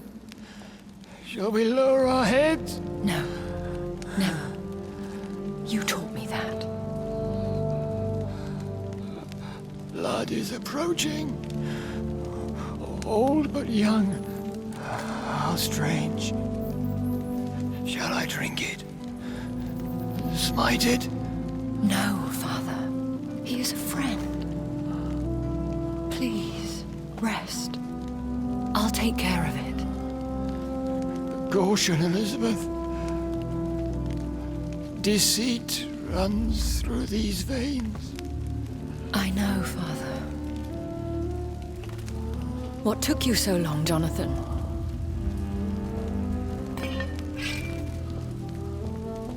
Is this really him? Yes. This is William Marshall, 1st Earl of Pembroke, servant of 5 mortal kings, former regent and savior of England. The greatest knight who ever lived, according to some. And you called him father? For he gave me eternal life, and much more. I have so many questions, Elizabeth. You always had questions, Dr. Reed. Now that I stand before you both, in this vault, I know not where to begin. We still have a few minutes left. Will you go back to London? No, Jonathan. I do not intend to. And what of your daughter? Charlotte is a strong, independent woman who's about to come into money. I took care of everything. Now it's time for her to shape her future. Why did you flee here? When you told me I was the healthy carrier, I had nowhere else to go. You mean you had to return to the real source of this scourge? Yes, to end it, once and for all. Where are we? What is this place? This is the Ashbury estate. I inherited the title when I purchased the castle. Is this your retreat? Something of a secret place? It's more of a sanctuary, really. This is where I take care of my father.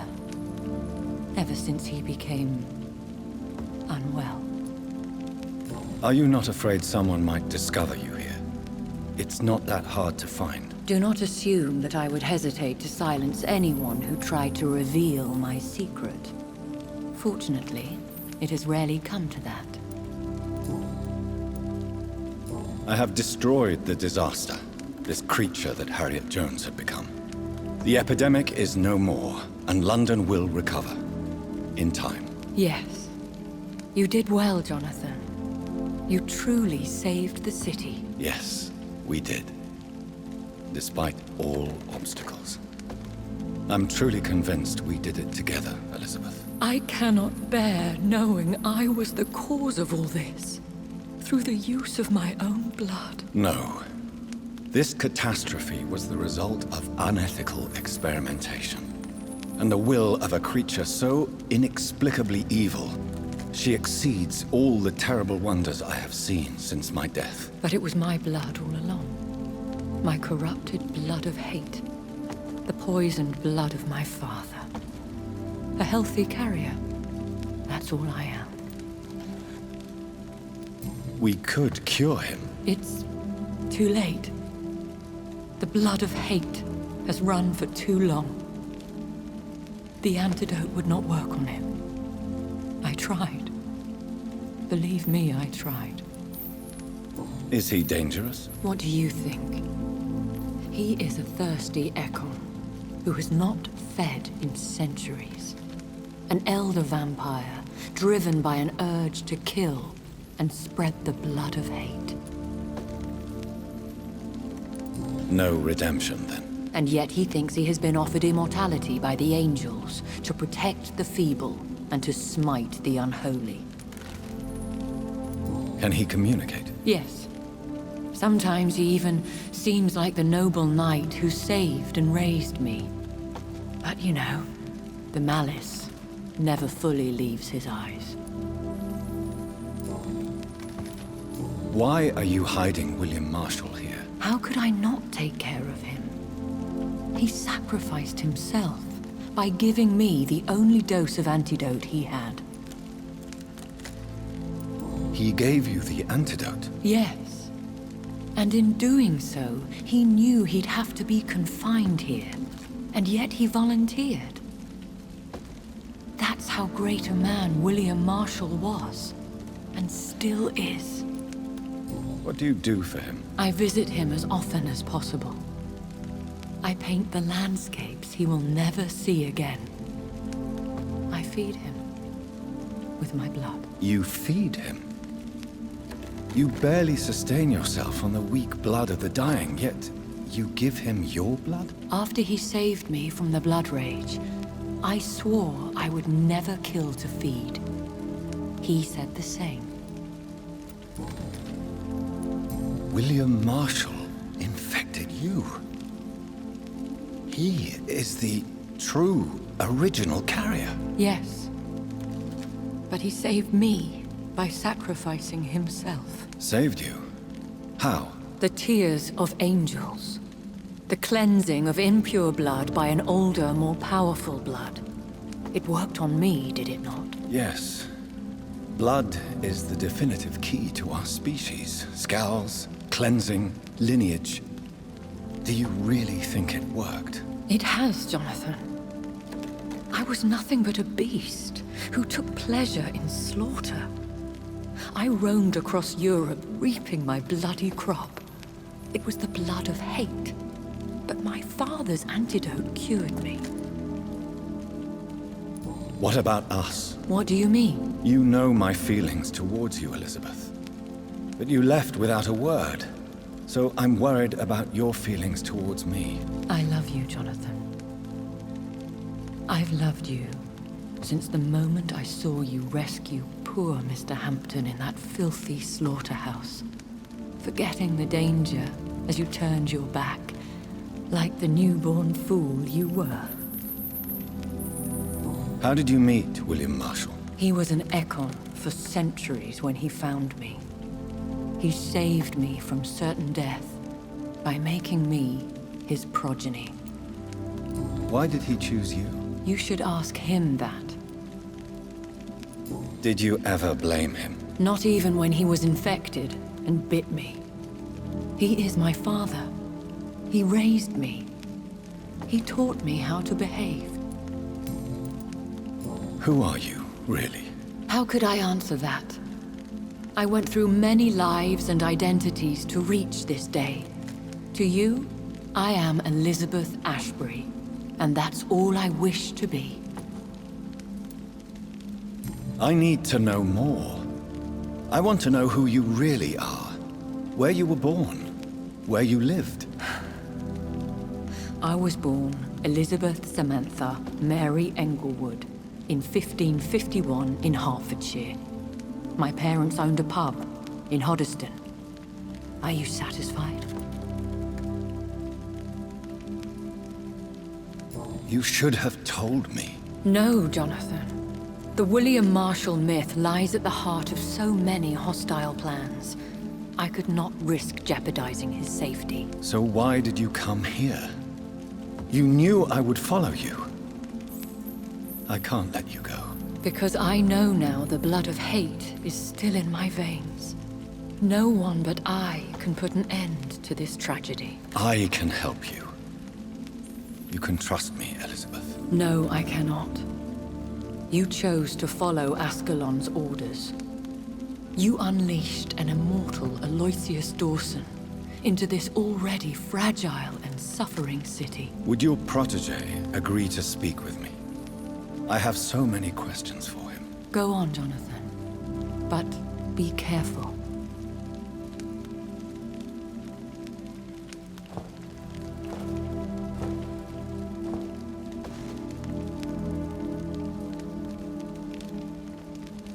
Yes? Sir William. My God. You really are William Marshall. You served Richard the Lionheart and his brother, King John. It is such a privilege to meet you. I did in my day. Come closer if you want to speak. For my hearing isn't what it used to be. I think your hearing is fine, sir. What is it you want then? I found and defeated the disaster that was threatening to smite London. You should know that the city is safe for now, Sir William. Then may I call you brother? Did you resist its poison? Even a scratch from a beast so evil could endanger you and all those you care for. You also defeated one in 1666. Who was it? She was a malicious witch who spread plague throughout the city with her army of rats. She had been hiding in a bakery in Pudding Lane for months when I finally found her.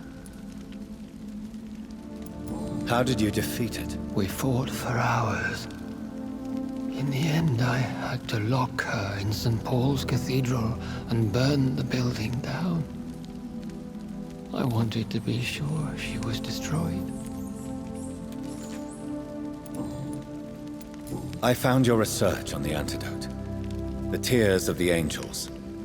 What ingredients did you use? Once I understood what the ingredients were,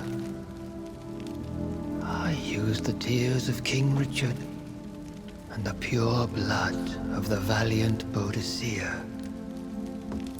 King Richard and Boadicea? How did you find such relics? It took me many years to locate their hiding place. Then I had to learn the formula. If I recall, it belonged to an ancient brotherhood. The Order of St. Paul, I believe. And did it work? Yes. The tears cleansed my poor Elizabeth's blackened heart. It was such a blessing to see her smile again. The blood of hate. How does it affect you? Do you feel it now? The blood of hate? Yes. Nothing more than a sneeze, really. A sneeze held for so long, you could blow a fortress down if you released it. Can we speak about the Morrigan? The Red Queen? What of her? You met her, did you not? Just once. But she never ceased to sing to me. I love her song. It is a song of blood and war. I only wish she would sometimes let me rest. Do you know who she is? I don't want to discuss this in front of my sweet Elizabeth. Why? For a time, she too could hear the Red Song. The steps she danced to its melody brought pain upon the world. I would like to ask you about vampires. Vampires? What about them? Considering your experience, please tell me what you know. They are terrible creatures. I have seen and fought many in my time. Foul temptresses with sharp claws and shrieking beaks.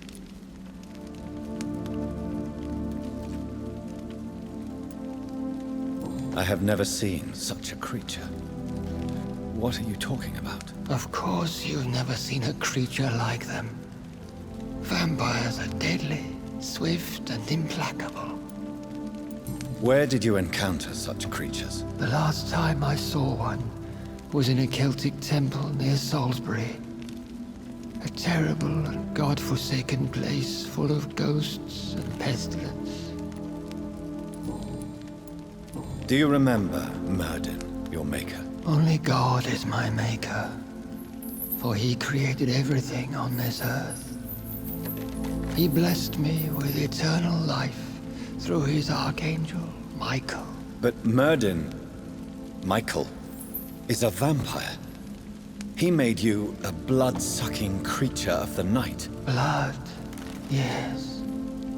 I used to drink it from the throats of the unworthy.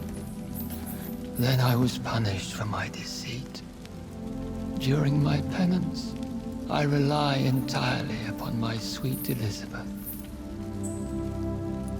Did you really sacrifice yourself to save her? That was the only righteous path. The blood of hate made me betray her. I am at peace here. I can think about what I've done and how I failed. Do you not want to be cured? No. This hunger is mine. I would feel empty without it. It has been part of me for so long. All I want is quiet. Silence. You agreed to be confined here, then? Yes. Once I was sure she was cured, I asked to be locked down here. I deserve it. The world needs it.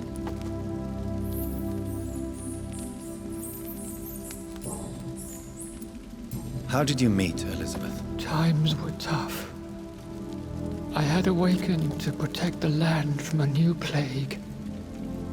I heard her sing for her dead family. Singing for her death to come. I chose to save her. When was that? It was so long ago. A few years after Elizabeth of England and Catherine of France established their alliance against Spain. What did you do? I raised her as my progeny. After she left to see the world, I rebuilt her deceased parents' inn. Owned it as William Thorne for a time. Those were good years. Tell me about Elizabeth. How was she infected? I do not wish to discuss it. Please, Sir William. I need to know what the blood of hate is.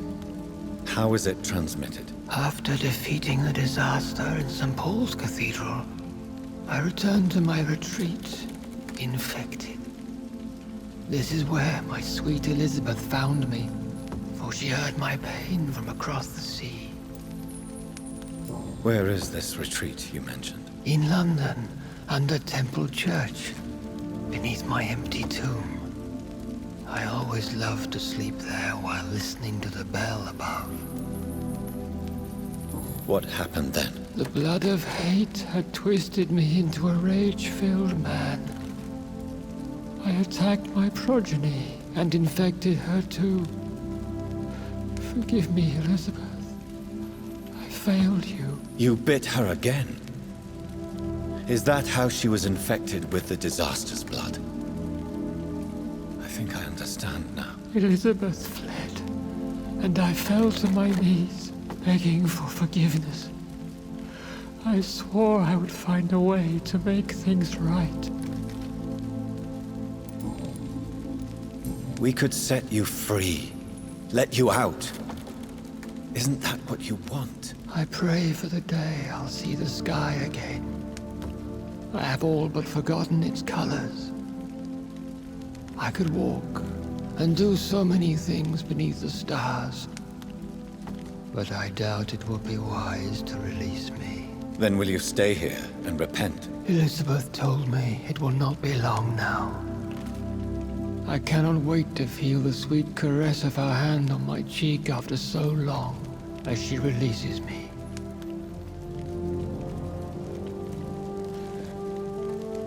Has the time come? Yes, Father. Why not unleash me then? To see the sky a final time.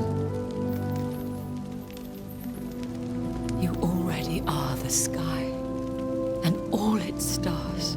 I'm not defeated, for I welcome the sword you bear, for it is mine. You were never defeated, my lord.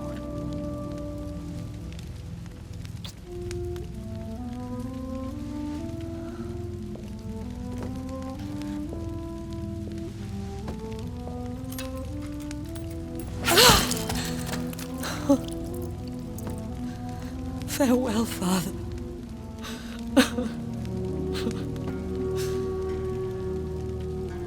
And to you also, Jonathan. What do you mean? I can't stand what I've become. This healthy carrier, as you put it. The flames will purify the poison that runs in my veins. No! I won't allow this to happen. I am death, Jonathan. Wherever I go, I can't stand it. I am Dr. Jonathan Reed, champion of Murden, chosen to save England from the vampire epidemic. I could cure you. What do you mean? We are creatures of blood, Elizabeth. Everything about us is in our blood. With time, I could perfect the antidote William Marshall gave you. Trust me, for time is on our side. That is a risk I cannot take, Jonathan. I won't bring another such disaster into this world. Elizabeth, no. Trust me. I can save you. How could I trust you, Jonathan? How could I take such a chance? I'll stay here with you then, as long as we must until I find a cure. You have no idea what you're talking about, Jonathan. Despite his madness, William was strong enough to start the centuries. I doubt we can do the same. That's where you're wrong, Elizabeth. Since I murdered my poor Mary after my rebirth, I vowed to never take a life again, and I've succeeded.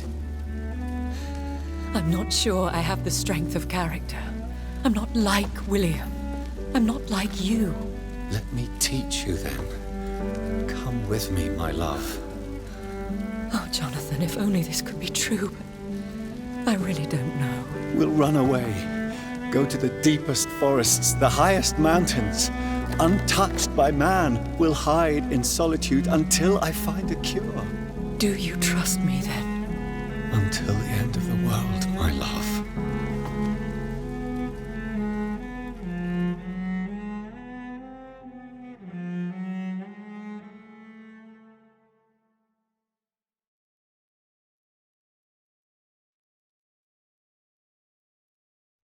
One prayer for the summoned, called by this song. Child born from darkness, whose path he must find. Now the song is sung and your path chosen. England is safe, for you have prevailed. I wish you a peace duly earned for the centuries yet to come. And they will come. I bid thee farewell, my champion bittersweet. My queen sleeps once again, and I'll soon join her slumber. Until alas she rises, woken by the hunger never fed.